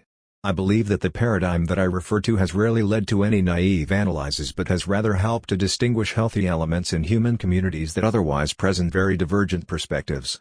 This sort of biological defense that libertarian thought has been able to exhibit, together with recent efforts to deepen inquiries into the significance of the ecological crisis, makes pathetic the claims, so often repeated in the past, that suggest that anarchism is a worldview completely unsuited to the challenges of complex societies. Let us consider, for instance, this claim of paradoxical naivete by Irving Louis Horowitz. It scarcely requires any feats of mind to show that modern industrial life is incompatible with the anarchist demand for the liquidation of state authority. The answer is simple: the incompatibility is welcome, because thanks to it, anarchism continues to be fully relevant today, inasmuch as it appears recalcitrant and dedicated to contesting the supposed virtues of complex societies. Degrow, deurbanize, detechnologize, decomplexify. In my opinion, there are four verbs, as it were, that enable libertarian thought when it comes to confronting the ecological crisis and its challenges: degrow, deurbanize, detechnologize, and decomplexify. The term we employ to capture the corresponding project is of little importance. What I usually call degrowth is based on the certainty that, if we live on a planet with limited resources, it is senseless that we aspire to grow without limit, especially when there are more than enough reasons to be suspicious of growth's supposed positive effects. In regard to the countries of the opulent global north, the need arises, therefore, of considerably reducing the economic activity of those areas that are at the center of the uncontrolled expansion of the ecological footprint. Over time, then, a number of explicit demands take shape: the recuperation of the social life that we have been losing, the organization of creative forms of leisure, the sharing of work, the dimensional reduction of many of the infrastructures that we use, the recuperation of local life, in a setting of re-emerging direct democracy and self-management, and, at the individual level, a voluntary simplicity and sobriety. It is important to remember that degrowth is not a worldview that acts as a substitute for older forms of challenges to capitalism that we have known for a long time. Rather, it is proposed in addition to these challenges. An essential addition, though. Whenever I have had the opportunity, I have emphasized that any opposition to capitalism in the opulent world at the beginnings of the 21st century has to be, by definition, against growth and patriarchy, internationalist, and advocating self-management. Otherwise, it will unequivocally be turning the gears of the very system it pretends to oppose. It seems easier to explain what should be understood by deurbanizing. The last 100 years of a society like ours have been characterized by a dramatic venture of deruralization, a process as essential as it is forgotten, rural life moribund, many elements of popular wisdom and many forms of organization, which feel critical to avoiding or at least mitigating the looming collapse, have disappeared. In turn, we have inherited visibly overdimensioned and uninhabitable cities, which emphatically reveal, and it is already here, an opposing movement of city inhabitants who seek to return to a rural environment. When we speak of the creation of self-managed and decommodified spaces of autonomy, the greater part of our attention is forcefully directed toward their development in this domain.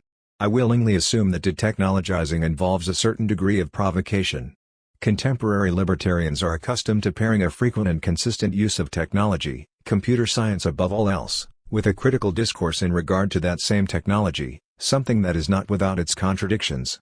John Zerzan, an essayist I have mentioned on several occasions, has made a radical critique of all technologies created under capitalism. 81 From his perspective, which merits attention, these technologies always bear the mark of exploitation, of division of labor and hierarchy, in such a way that it is very difficult to see how they could be a contributing factor in any emancipatory project. Without going any further, the mistrust toward the many technologies imposed on us and naively employed by us as if they were strictly neutral is more than justified.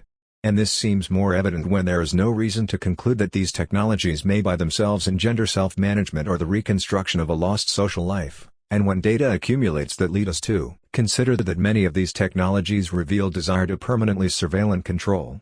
Did the absence of contemporary means of communication prevent, by the way, the actions of the CNT in the 1930s? Were not these actions, technologically poor, much more efficient than the bureaucratic machinery of today? I will finish with decomplexification. There are more than enough reasons to state that we are ever more dependent because we have accepted societies that are ever more complex. Therefore, if we wish to recover independence, we will necessarily have to reduce the complexity of the environments in which we live.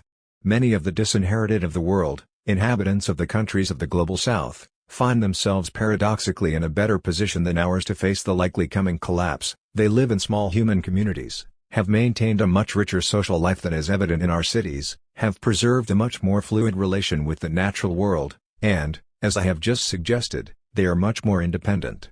Let us imagine what would happen in any of the opulent societies should the supplies of oil cease flowing in. Their whole fragile edifice would crumble overnight, a circumstance that by itself obliges us to conclude that it is much more advantageous to bet on human communities that, in the face of complexity and personal hedonistic gratification, call for self-restraint, simplicity, equality, solidarity, and horizontalism. Besides, the material conditions for direct democracy necessarily call for less complex societies and smaller communities. Bookchin's polemic. One of the most controversial texts of recent years in the libertarian world bears the title Social Anarchism or Lifestyle Anarchism. 82 Its author, Murray Bookchin, now deceased, was a very well-known polemicist who had the virtue of recovering, from an anarchist perspective, central debates associated with, for example, ecology or libertarian municipalism. I suspect that a good part of the controversy generated by Bookchin's little book has to do with the fact that it is difficult not to feel sympathy for the arguments raised therein. Bookchin defends, and rightfully so, a social and combative anarchism, one with a class consciousness and an emphatically altruistic vocation. From this perspective, he criticizes, often in a thought-provoking manner, countercultural and individualist anarchism, anarcho-primitivism, neo-Luddism, and many of the contemporary challenges to technology. All in all, Bookchin understands that this whole hodgepodge of views can be summarized by the following traits: ad hoc adventurism, personal bravura, an aversion to theory oddly akin to the anti-rational biases of postmodernism, celebrations of theoretical incoherence, pluralism, a basically apolitical and anti-organizational commitment to imagination, desire, and ecstasy, and an intensely self-oriented enchantment of everyday life. 83 When it is not, I shall add, witchcraft and mysticism. For me, as for many others, it appears that Bookchin's analysis is sketched too roughly. A clear defense of social and combative anarchism notwithstanding, we should nevertheless avoid, for instance, the quick dismissal of counterculture contributions. Let us not forget, to name but one fact, that counterculture has put forward a necessary critique of prudish and bourgeois puritanism, a critique that also obliges one to keep a distance from the propagandist simplicity of many versions of classical anarchism, often very close to socialist realism and its weaknesses.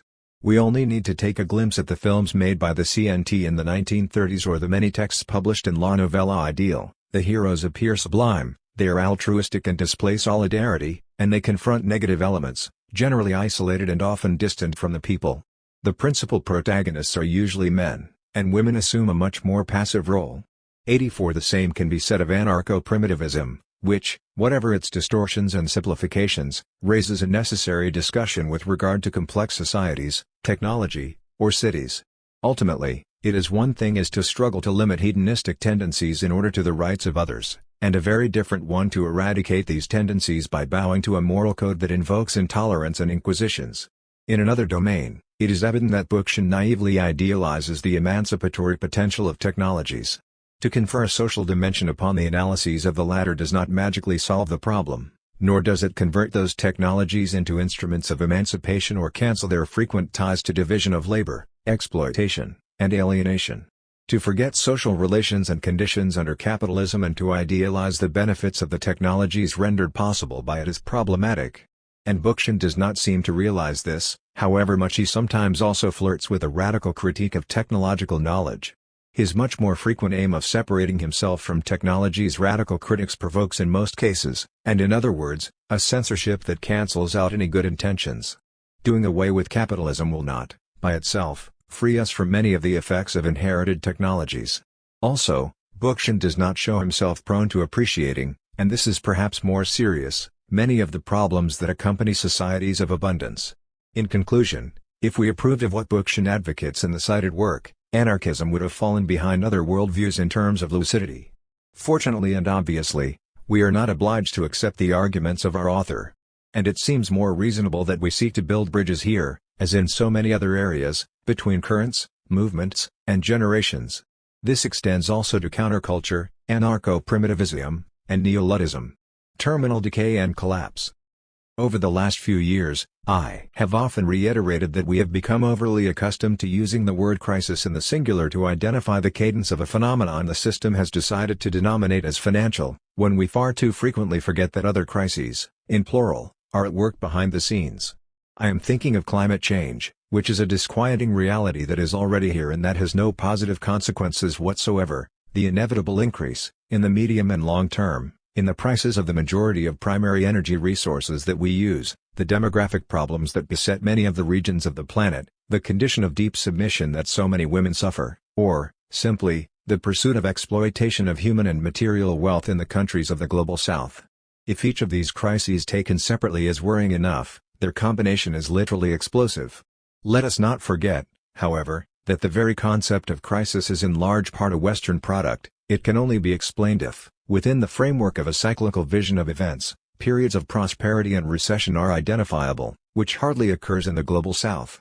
I recall that many years ago, when I asked a Uruguayan colleague how they endured the country's uncontrolled inflation, he replied with a fortunate sense of humor, "Here in Uruguay we live in a state of balanced bankruptcy."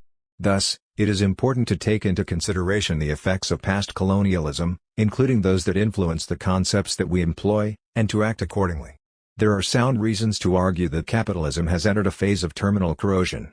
Capitalism is a system that historically has demonstrated a formidable capacity to adapt to the most diverse of challenges. The great debate today refers to whether or not capitalism is dramatically losing the braking mechanisms that have allowed it to save face in the past. In other words, if, driven by a seemingly unstoppable impulse, bent on the accumulation of spectacular profits in a very short period of time, it is not simultaneously digging its own grave, with the additional complication that it may very well collapse on our heads.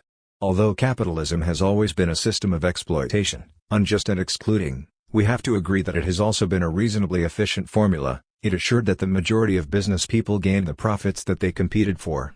This cannot be witnessed today, in a scenario in which many of the apologists for the neoliberal project, having rejected any type of intervention in the economy by public authorities, have quickly come to demand from the government, in what amounts to a greater sign of ineffectiveness, the assistance necessary for the salvation of their businesses. There is also no discernible will to reform on the part of capitalism, or any kind of awareness of the dangers that threaten. This is particularly surprising when it comes to the enormous effects of the ecological crisis in its dual nature, the irreversible environmental aggressions and the exhaustion of basic resources that seriously imperil the rights of future generations and, with them, that of other species that accompany us on this planet. What is in crisis is not unregulated capitalism, as our latest social democrats pretend, but rather capitalism itself. Yet it is important to attend to the possible manifestations of what some pundits begin to call eco-fascism. In a highly recommendable book, Hitler als Verlaufer, Auschwitz der Beginn Day 21. Jahrhunderts, author Karl Amery develops an evocative thesis. 85 We would be very much mistaken, he tells us, if we believed that the policies embraced by the German Nazis 80 years ago were the product of a circumstantial and unique historical moment and, therefore, fortunately unrepeatable. Amery rather exhorts us to thoroughly examine the actual content of these policies and to do so for a specific reason. These may well reappear in the upcoming years, this time, however, not supported by ultra-marginal neo-Nazi groups but rather put forward by the principal centers of political and economic power, ever more conscious of the looming general scarcity and more firmly determined to preserve these scarce resources in the hands of a few by virtue of a project of militarized social Darwinism. We should seriously consider whether many of the Western leaders' gambles do not sink their roots in a project of this nature or at least lean in that direction. And let us admit, indeed, that ecofascism may be capitalism's incipient response to the terminal corrosion referred to above, and with it, to the concomitant collapse. Pacifism, anti-militarism, violence. I have already mentioned that, in contrast to what occurred with the stories of feminism and environmentalism, pacifist and anti-militarist struggles have always had a significant presence in libertarian thought. I will first refrain from making any distinctions between these two, often different, positions. I will rather limit myself to stating that it would certainly be erroneous to conclude that these two struggles have lost momentum and interest. Today the military apparatus, so apparently and self-interestedly humanized, continues to invade everything, without anything basic having changed. The Israeli model can serve as testimony to demonstrate that the rules of representative democracy are compatible with apartheid and, in their case, with genocide. Yet we can also find cases of the repressive military utilization of emergency situations, and, with them, of natural disasters, the establishment of the myth of humanitarian intervention, the planetary expansion of the military-industrial complex, and the refinement of elaborated strategies of intimidation toward citizens. Let us consider, Both in the Spanish case and in relation to all these questions, the work and implications of the so-called Unidad Militar de Emergencias, Military Emergencies Unit, which is directed toward preparing the population for the active presence of the armed forces in the most diverse of circumstances. However, it must be highlighted that a good part of the disputes that to a greater or lesser extent have a presence in pacifist and anti-militarist debates, refers to the eternal question of violence, a well-known question that has given rise to deep divisions among libertarians. There are many pacifist anarchists, and there are many pacifists who consider themselves anarchists. Both have defended passive resistance and nonviolent direct action. Yet it is also true that the idea that they are pacifists in no way pleases many anarchists. 86 For the latter, it is easy to see the concept of pacifism as a way of acting that is only within the reach of the minority of the population in very select countries, whereas, in the overwhelming majority of cases, the scenario doubtless compels us to assume positions that are, in one way or another, violent. 87 Nor is there any shortage of those who say that they believe in the armed struggle, without ever venturing to practice it, and, even more, who confess in public their commitment to it, a circumstance that obliges us to reflect on the mental stability of such individuals. Despite the way it has been branded, the libertarian movement has shown itself to be far less violent than others. One only has to think of the background of fascism, colonizing liberalism, barracks communism, certain manifestations of nationalism, many religious beliefs, or the great powers. Anarchists have never engaged in massive and indiscriminate forms of violence. While none of the libertarian thinkers, not even Bakunin, have uncritically defended violence, many of them, albeit cautiously, have displayed a clear awareness of the shortcomings and problems that come with it. Kropotkin argued, of all parties I now see only one party, the anarchist, which respects human life, and loudly insists upon the abolition of capital punishment, prison torture and punishment of man by man altogether. All other parties teach every day their utter disrespect of human life. 88 Against this backdrop, we find the violence of the system, the violence that generally escapes the attention of our disinformation media, the violence of many business people over their workers, of so many men over women, the one exercised by the police against the undocumented, the one that all of us deploy against the natural environment, or, certainly, the violence of genuine wars of plunder. One does not have to be terribly astute to realize that behind all of this evidently lies the state, the principal agent of violence, so brilliantly revealed by Tolstoy. Violence is inherent to the state. In a text that cannot but be controversial, but which in any case possesses a pedagogical virtue, David Graeber invites us to bring some order to the libertarian debate on violence. 89 In this regard, he has initially identified various reasons for its rejection. One of these reasons states that if an anarchist must act in conformity with the values of the society that she wishes to create, with violence logically not among them, then it is up to her to reject violence. Furthermore, to be efficient, the latter calls for hierarchical structures that do sit well with the libertarian worldview. Therefore, by requiring clandestine and secret conduct, violence renders difficult the parallel realization of genuinely democratic principles. I would say that violence may also go hand in hand with an extremely poor evaluation of its consequences, and it may also ruin any prospects of genuine mass movements. Thus, Graeber notes that there is a compelling reason to justify a prudent acceptance of violence. The proposed social revolution is difficult to imagine without the use of violence to one degree or another. The American Libertarian addresses several delicate issues, such as the need to determine what is understood by violence or when it assumes gratuitous forms devoid of any purpose, beyond self-satisfaction or a misconceived aesthetic, and without any collective project on the back burner, as was exemplified by many anarchists responsible for attacks during the 19th and 20th centuries. Although many libertarians have asked themselves whether it was reasonable to criticize the violence committed against political leaders or economic magnates responsible for the misery and exploitation of many, others have shown concern for a tarnished image, detrimental to anarchist movements and a direct result of arbitrary violence. Yet many others have also underscored the fact that these movements' demonization would take place with or without the use of violence. 8. Nations, Southern Anarchisms. The National Question and Anarchism. Some months ago, the publication of one of the anarcho-syndicalist forces active among us expressed an idea that was not without significance. Referring to the period prior to the Spanish Civil War, it stated that the anarchists were not separatists. Few terrains have been as muddy as the one concerning anarchism and the national question. How could an anarchist be a nationalist? Ask those who sometimes find themselves fully immersed, perhaps unknowingly, in the logic of state nationalism. How could anarchists distance themselves, others inquire, from a national question that is at the core of many of the disputes relative to state formation and its democratic nature.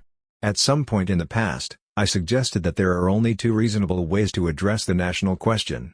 The first one states that, since the 19th century and on a significant part of the planet, political communities articulate themselves unequivocally and unavoidably in the form of nations that are, to borrow Benedict Anderson's expression, imagined communities, whereas the second considers nations to be artificial and vested constructs that respond to the brazen aim of setting aside the class struggle and assuring the corresponding privileges of the bourgeoisies. On paper, the latter would have been the overwhelmingly dominant view held by the libertarian movement, and as a result it would have extricated itself from the quite bitter disputes and positions crystallized by the national question. I am afraid that the facts concerning the libertarian perspective are nonetheless more complex. I shall simply stress that there are anarchist thinkers, Bakunin, for instance, who see in nations a natural, or almost natural, fact, which is not in itself seen as an obstacle to the necessarily universalist and internationalist character of the libertarian project. As a Slav, I wanted the liberation of the Slav race from the German yoke. I wanted this liberation to be brought about by the revolution, that is to say by the destruction of the regime of Russia, Austria, Prussia, and Turkey, and by the reorganization of the peoples from below upwards through their own freedom, upon the foundation of complete economic and social equality, and not through the power of any authority, however revolutionary it might call itself, and however intelligent it might in fact be, wrote the celebrated author. 91 of the recurrent elements in the Russian anarchist oeuvre, however, is the idea that social revolution is intrinsic to the liberation of subjected peoples. Certainly, far from proposing a kind of nationalism longed for by the state, Bakunin advocated a very different horizon, one that was grounded in a revolutionary and federalist project. Yet, if we follow the views that I have just summarized, we would fail to do justice to reality by stating that, from a libertarian perspective, internationalism and nationalism are diametrically opposing phenomena.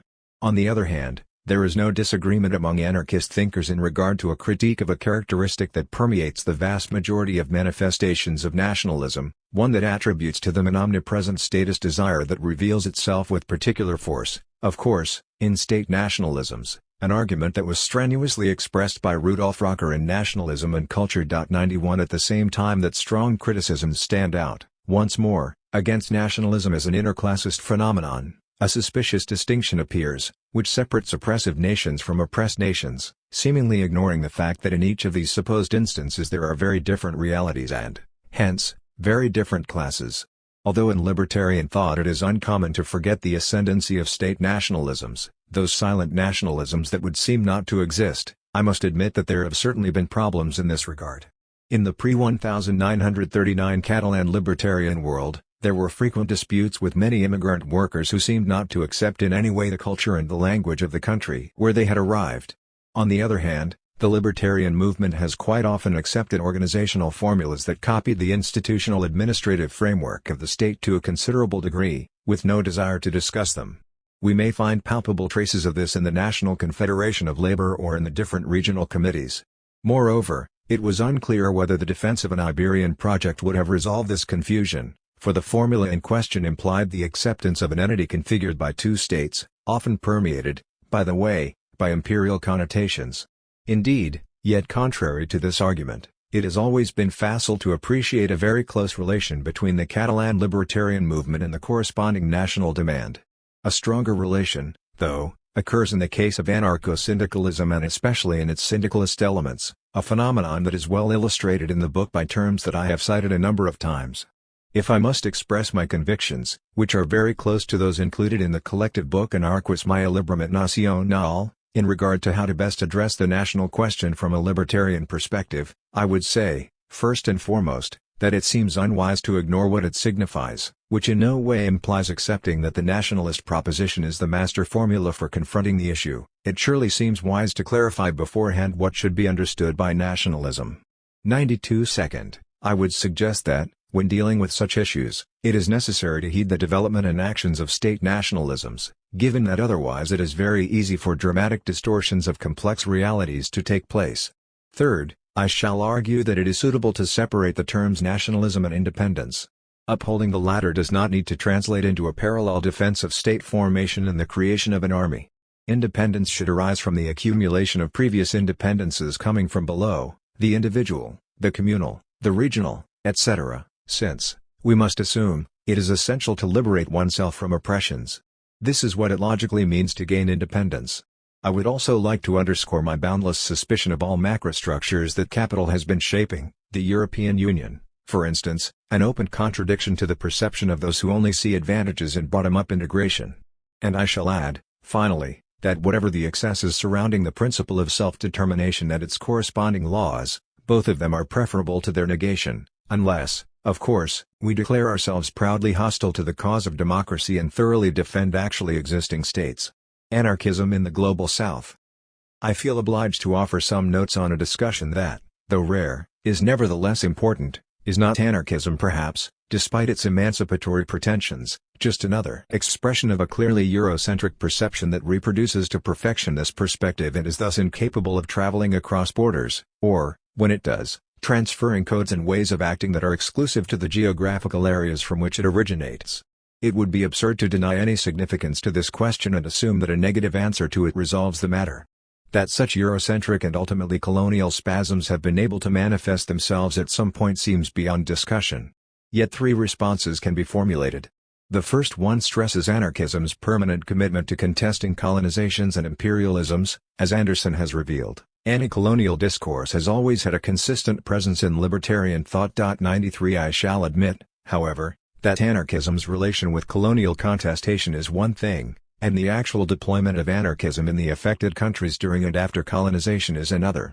I believe nonetheless that we would be shutting our eyes to reality, and this is the second response, if we forgot about the presence of movements of a strictly anarchist nature in the countries of the Global South.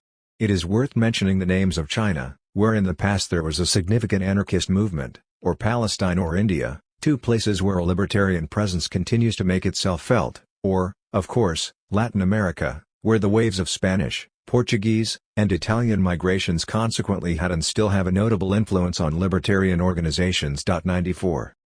A third and last response can be put forth, something that places us in an order of events that differs from what has so far concerned us here, that is, a response that recalls the obvious existence of libertarian practices. I choose this adjective for it is clearly more appropriate, in many human communities of the Global South.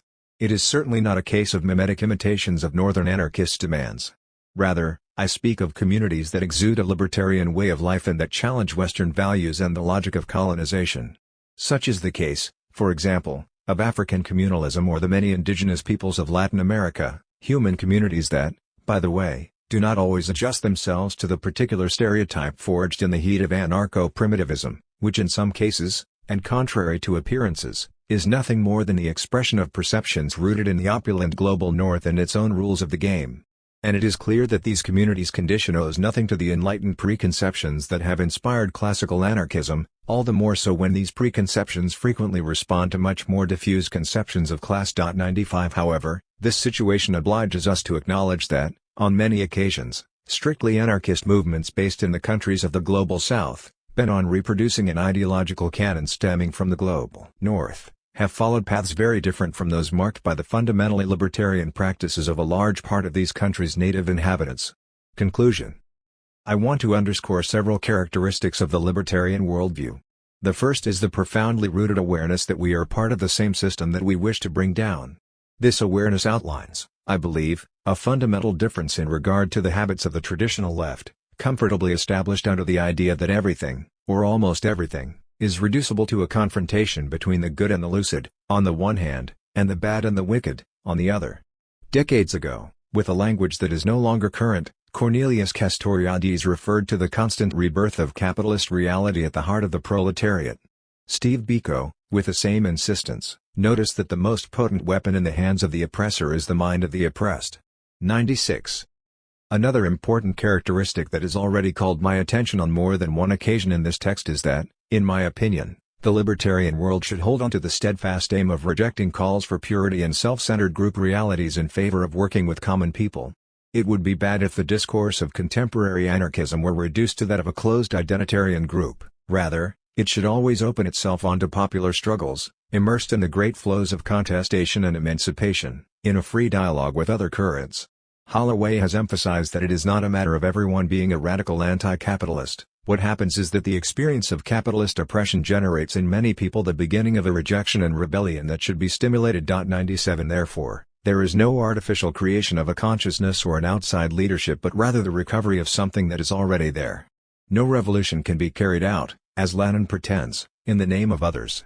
For Lenin, the workers are by themselves incapable of transcending the world of superficial trade union consciousness, and thus it is necessary to push their consciousness from the outside, by those who possess a social science that provides certainties, that is to say, by those who belong to the educated higher classes. Holloway states that scientific socialism is the theory of the emancipation of the proletariat, but certainly not of its self-emancipation. 98 As a result, a separation arises between them, the proletariat, and an us, the people, bearers of consciousness, who should take over power in the name of others. I would add that this desire to accompany the common people should clearly be expressed with modesty. Outbursts of superiority and self-conscious certainties have always provided bad counsel. It would be unfortunate if we, with fierce determination, set out to demonize rather than appeal to others, which is something that tends to occur quite often. Beware of believing anarchy to be a dogma, a doctrine above question or debate, to be venerated by its adepts as is the Quran by devout Muslims. No.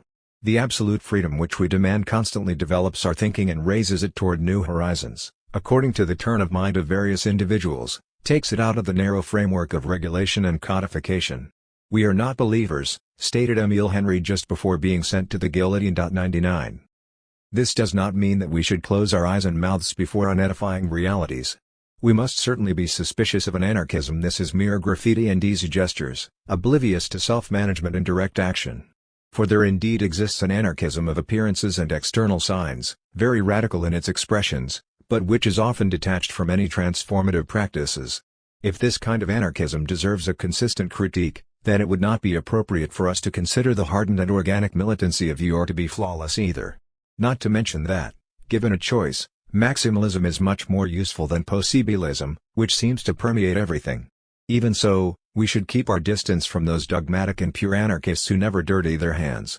Sitting, waiting for the revolution. The chair, my boss lent it to me, goes a song by Sergio Gugino. It is very easy to write radical accusations against the state and no less radical defenses of libertarian communism without feeling the obligation to think through what we should and can do right now. The perception of many complex situations is inevitably different for those who struggle and for those who limit themselves to reflection. If we add a very delicate phenomenon, the haughty disdain of those presumed ignorant or inept, the circle closes dangerously. This is particularly the case when the protagonists of such conduct display a special and pathological interest in seeking out enemies within the very libertarian world, as if they attempted to give shape to a space from which all competitors ought to disappear completely. It is unsurprising that all those who behave in this way tend to reproduce all the habits of an obstinate and blind, Zoroastrian world that blossomed a long time ago in the traditional left. The drivel about revealed truths and rapturous working classes may well measure up to those announced with great assurance by Leninist, Trotskyist, and Stalinist sects, through organizations and personalities that possess a facade of activism but no reality behind them. Radicalism should be acknowledged, provided that it does not become a theater of appearances, paradoxically useful to power. We are already familiar enough with those who have dogmatically defended anarchist purity and who ultimately walked off toward other horizons. For, in the end, it is very hard to remain pure for any period of time. I return, in closing, to a subject that I pointed out in the prologue of this book. There are enough reasons to conclude that the libertarian project has more weight and meaning today than ever before. In the eyes of more and more people, it seems clear that we should contest all powers, especially those enforced by capitalism and the state. We should do this, moreover, from the perspective of leaderless organizations where self-management and direct action are given priority, while simultaneously ascribing equal importance to the rights of women, of future generations, and of the afflicted inhabitants of the countries of the Global South. To the logic of private profit and accumulation, we should oppose the logic of solidarity, mutual aid, and restraint, in a scenario marked by a double consciousness, that we are not without our limitations and that we are a part of the very system we want to bring down. I would like to close this book with a quote by Emma Goldman that I included in the final pages of the anthology of libertarian thinkers that I published in 2010. It reads, "I consider anarchism the most beautiful and practical philosophy that has yet been thought of in its application to individual expression and the relation it establishes between the individual and society. Moreover, I am certain that anarchism is too vital and too close to human nature ever to die. It is my conviction that dictatorship, whether to the right or to the left, can never work, that it never has worked, and that time will prove this again. as it has been proved before. When the failure of modern dictatorship and authoritarian philosophies becomes more apparent and the realization of failure more general, anarchism will be vindicated. Considered from this point, a recrudescence of anarchist ideas in the near future is very probable. When this occurs and takes effect, I believe that humanity will at last leave the maze in which it is now lost and will start on the path to sane living and regeneration through freedom. 100. Epilogue for this new edition, Recent Developments. The book the reader has in her hands is the third edition of Rethinking Anarchy. Should the circumstances have been different, it is very likely that a new prologue or epilogue would not have been necessary. But our current state of affairs seems to impose a reflective exercise in this regard, which may look extremely peculiar and stimulating for some, whereas for others, among which I am a part, it may take on a repetitive air of what we have already seen 1,000 times before through the parliamentary illusion, the ballot box, political parties, and state institutions. Before delving into this reflective exercise, however, another relative element comes to our attention, something which ought to worry us indeed, the fickle reaction that this new scenario seems to have provoked in the libertarian milieu, defined to some degree by the proliferation of labels that conspicuously use the first-person plural. To be honest, it is not very important if libertarians are happy to repeat, with or without reason, that what these labels carry is just a brief bloom, such that sooner or later we will have to stop taking heed of them. Yet many individuals, or perhaps, not that many, who claim to be a libertarian and continue to define themselves as such, seem bewitched today by a horizon of real change that involves the competitiveness of traditional ways of doing politics and that undoubtedly translates into strengthening the role of institutions. Furthermore, they brazenly spew the same arguments against the libertarian milieu that they themselves received for many years, if not decades. In such a scenario, it is of utmost importance to acknowledge that, in order to defend our convictions with any shred of credibility, we should clean up our own house first. And this cleaning operation demands above all the identification of a bubble in which many of us have lived during the last few years. This bubble was birthed in May 2011 from a miscalculation, which led us to infer that we had reached the end of party politics, separation, and personalities for a new, advantageous era where self-organization, self-management, and direct democracy would take the helm. We must admit that the 15M movement legitimately fed this conclusion, and what took place in recent months, namely, the controversial electoral results of Podemos and expectations that accompanied them, obliges us to state that the fruit was not as ripe as many of us thought. 101 By this I do not mean to show any inclination whatsoever toward belittling the overarching spirit of the 15M movement. I still believe that it has been the best thing that has happened to us in a very long time, just as I still believe that we will have to adamantly debate what this implies or else invent something similar. 1. A few weeks ago, at an alternative radio station, I was asked if there was any tinge of libertarianism in Podemos's approach. The answer is simple, absolutely not. Let us be clear about one thing, those responsible for this political force do not flirt, not even rhetorically, with any libertarian realm whatsoever. And they do not do so, first of all, because their short-term goal does not break in any way the mold of the social democratic creed, does not propose any new horizon to overcome capitalism, and does not care about capitalism's terminal corrosion or the impending collapse. Podemos's meandering is, moreover, that of a catch-all party that, in hopes of widening its electoral support, does not think twice in defending the armed forces, guarantors of sovereignty, assuming a national patriotic discourse, and avoiding ideological definitions, the same thing that the Partido Socialista Obrero Español, Spanish Socialist Workers' Party, ended up doing in 1982. The resulting project, directed by a hierarchical leadership, is based on what seems to be a fiction of assembly-like participation, very well suited to the tastes of many of its supporters, some of whom are Facebook activists, and consistent with the acceptance of the miseries linked to elections, parliaments, and institutions. This picture is completed with the understanding that the illusions Podemos instills in people includes a troubling social and labor demobilization. Even though the responsibility for this does not belong exclusively to the new political force, it is surprising that its leaders do not seem particularly worried by it. This closeness to the institutions and this disdain for mobilizations and for the struggle are perhaps due to Podemos's belief that social movements are mere springs at the service of a project dictated by an omniscient vanguard, in a scenario that cannot be further away from what the word self-management means. I'm also very much afraid that Podemos's leaders, who think they are at the head of a process that's under their control, can very well be hostages to someone else's project. Therefore, I will simply argue that Podemos is a burning nail from which many will have to tear themselves sooner or later. Those who favor the idea that today's tactical options will open the road of tomorrow to a more ambitious program seem to have misunderstood some basic facts. While, on the one hand, it is difficult to assert that they are not promoting a repetition of what we have already experienced in regard to the social and popular parties, the alarming distance between what they promise and what they actually do, on the other hand, they seem prone to ignore that there are no examples that give substance to this assumption of a drastic change toward the left in programs and practices. Yet I sense they are dodging a core issue. If the purpose of those responsible for Podemos is the one I'm defining here, their undeniable tactical talent would be countered by an amazing strategic ingenuity, which ignores that the sort of capitalism consummated in the European Union has already established a set of mandatory rules, and prescriptive punishments, for those who abide by the institutional game. I start from the premise that the institutions and mainly the state are not there to serve whoever wishes to make use of them for whatever projects, even if those projects do not address anything more than a discourse, let us be generous, against the regime, that is, against the two-party system and corruption, while clearly forgetting the issues revolving around the system. The caste discourse is easily shared by those who fully defend the system. Among them, there are many businessmen who, biologically immersed in the liberal creed, are not keen on paying taxes, benefiting a parasitic and corrupt group of humans. If such a discourse is not coupled with an effective critique of capitalism and its derivatives, both in words and deeds, it can very well be that what remains is not simply the strategy of a catch-all party but a project whose calling is to make the last turn of the screw in defense of the system. I will only point out in this respect that some of the champions of the system have begun to appreciate the deliberate ambiguity of Podemos concerning the sovereign process in Catalonia. Here I resort to a symbolically interesting example. It is the shot in the arm the Spanish state needs in this showdown.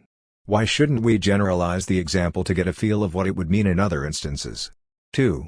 The municipalist options are something completely different, which in many places take up the generic name of Ganimos. 102 In several cases, there are individuals with years of experience working in the autonomous world and social movements.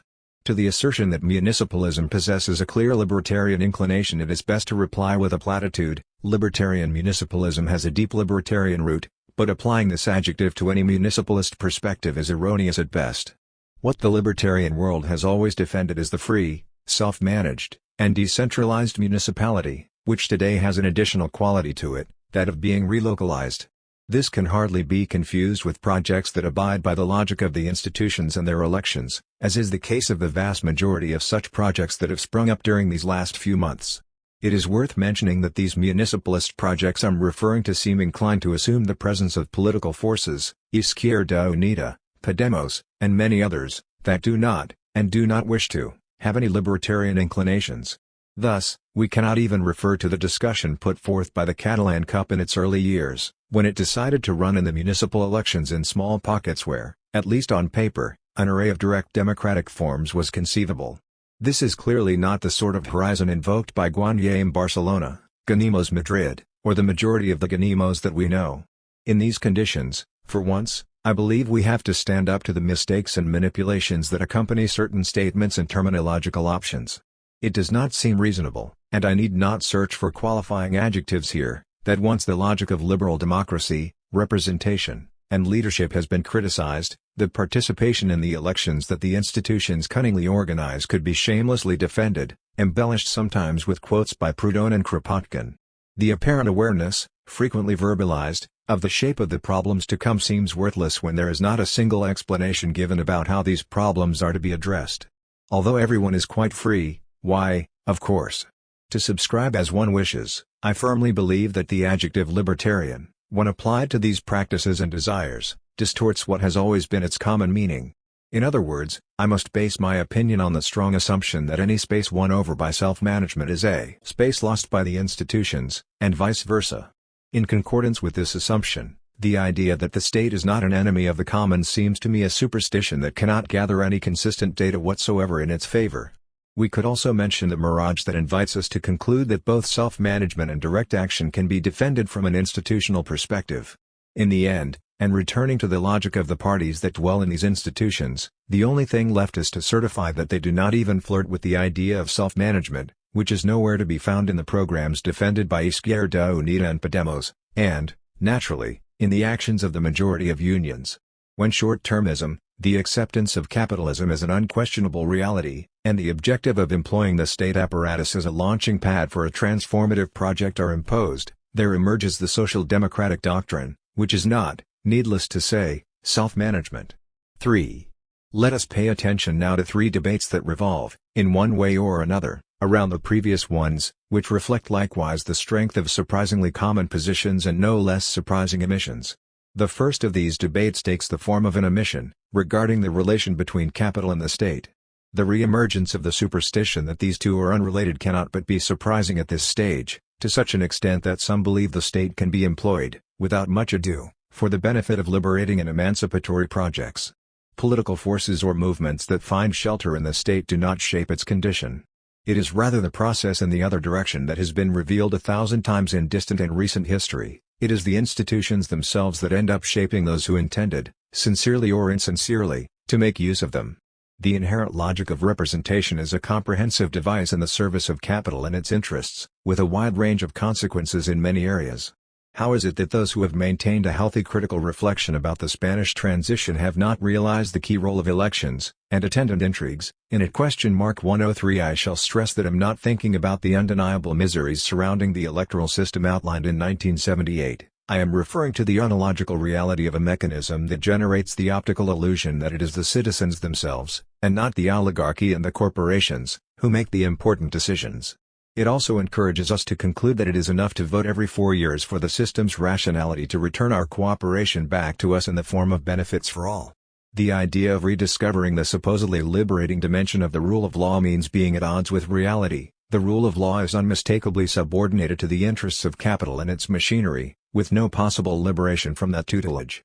I shall put it more strongly. Whoever thinks that some of our most important problems may be solved without any active response against capitalism and its rules is turning their back on reality for the benefit of preserving something whose rottenness is often quite evident.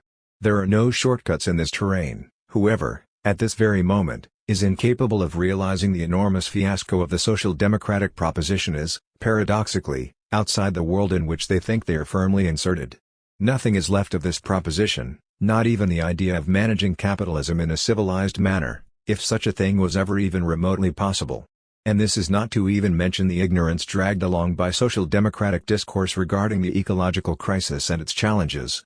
The thought that we are living on a planet with limited resources is nowhere to be found, and the huge consequences of climate change and the exhaustion of many raw materials that we use are simply forgotten.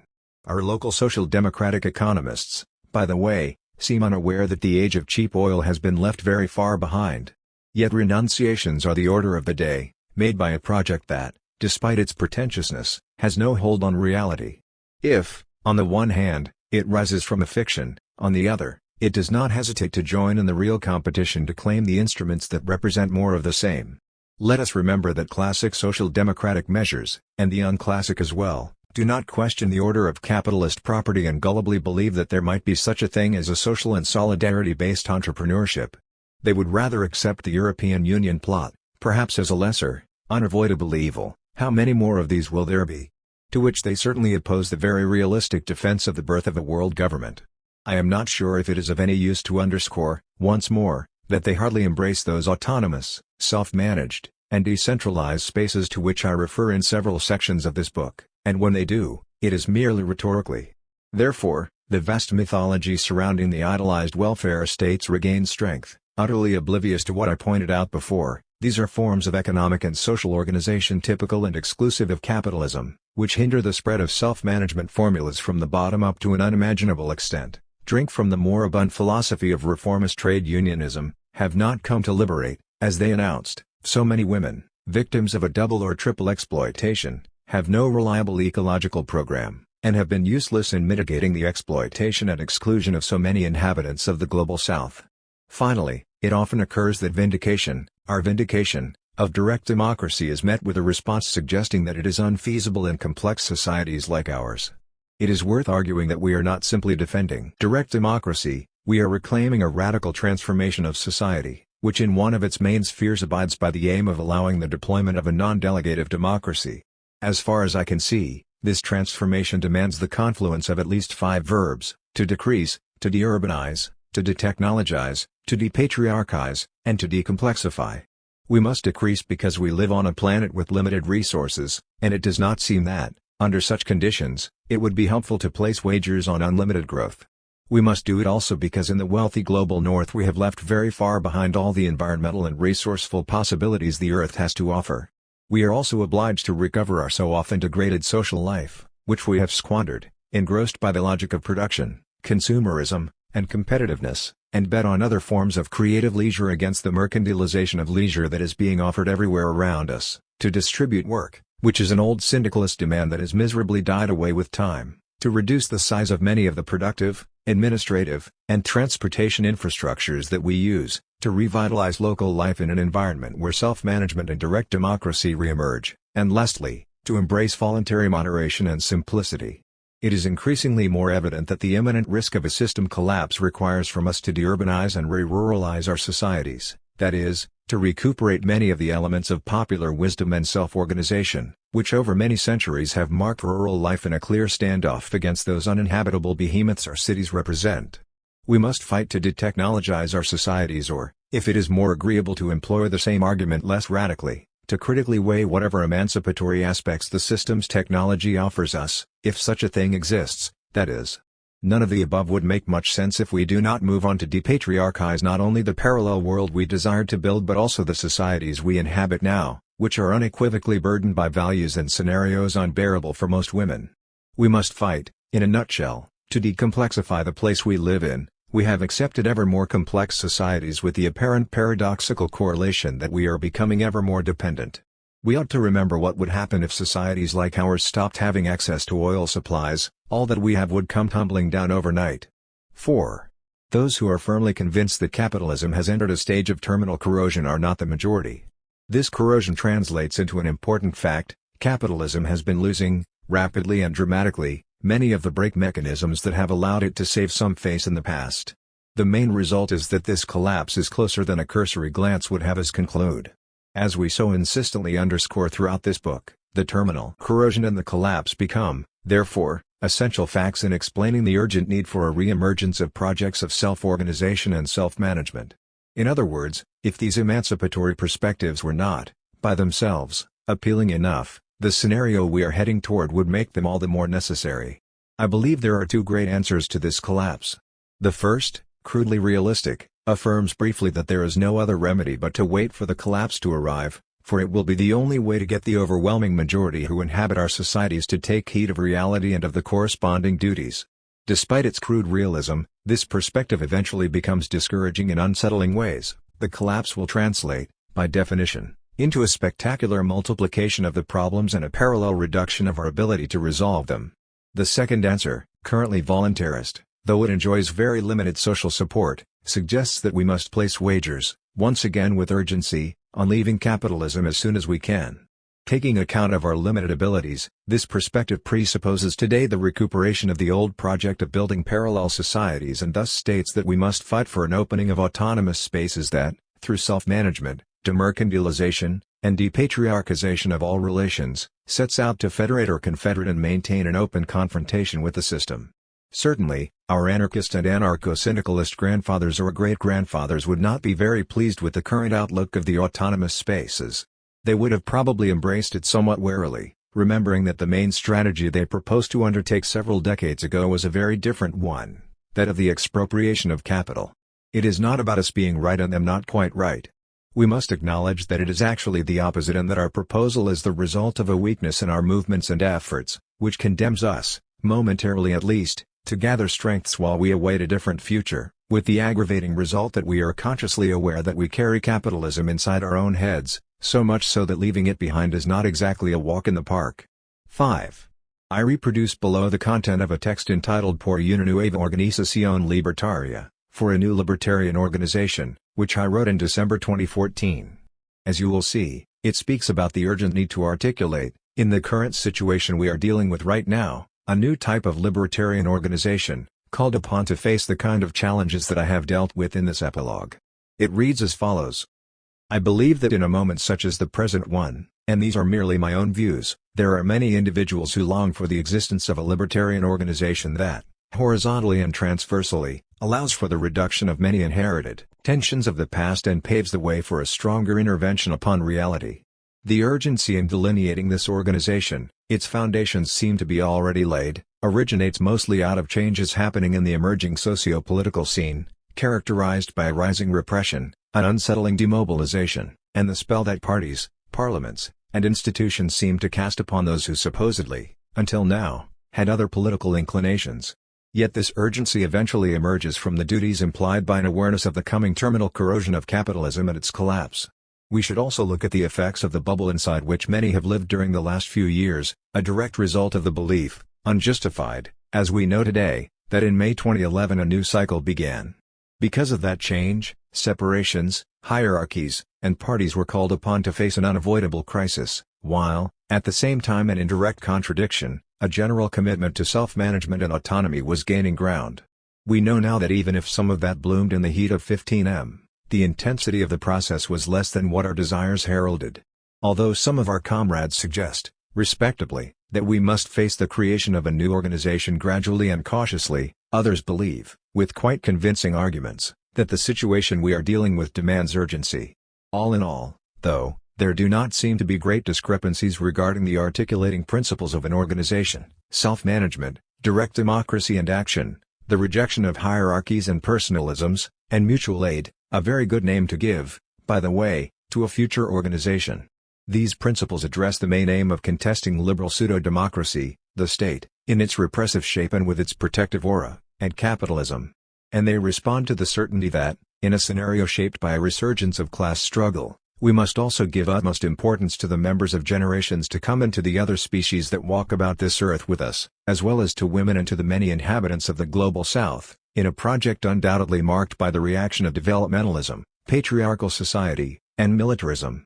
I believe that an essential role ought to be played in this project by those who, without specific ideological adherence, have shown a commitment to self-organization, self-management, and autonomy in their day-to-day life. This does not mean marginalizing those who self-identify as anarchists or, in a wider sense, libertarians. It is about including their contributions and shaping an open organization in which, discarding dogmatisms and sectarianisms, the coherence between practices outweighs the rigor of doctrinal adherences. Such an organization would have only one enemy: the system we suffer under in its most diverse manifestations. Under this organization's aegis, no one will ask any anarcho-syndicalist group, libertarian athenaeum, affinity group, self-managed center, or social movement to dissolve itself or to step back. Rather, the nascent organization would provide momentum for such projects. In addition, it seems that one of this organization's main tasks will consist in defending and amplifying the self-managed, demercantilized, and, it is hoped, depatriarchalized autonomous spaces that have sprung up lately, in a manifest display of what a century ago our ancestors called propaganda by the deed. But this would only occur if we comprehended that such support would also entail an effort at coordinating and intertwining these spaces and stimulating their confrontational approach against the system. This brand new organization cannot but have a confederative character. It is inconceivable for directive structures to impose themselves under its wing and for this organization to serve as a launch pad for liberated and professional politicians. Its duty is to ultimately demonstrate an international will and, as a result, to do away with the imaginary of states. An initial first step, in line with those lighter ones taken prior to 1936, could very well be to grant this organization an Iberian character, with the possibility of incorporating Portuguese groups that desire to be part of it as well. The organization that concerns us here ought to have, in short, an important symbolic dimension, that of remembering that we are here and that we are not a narrow minority. But it also ought to work, eventually, on the strengthening of an alternative that would be available in the years to come, when, as will certainly happen, many illusions fall apart. Let us not shy away from our duties in this.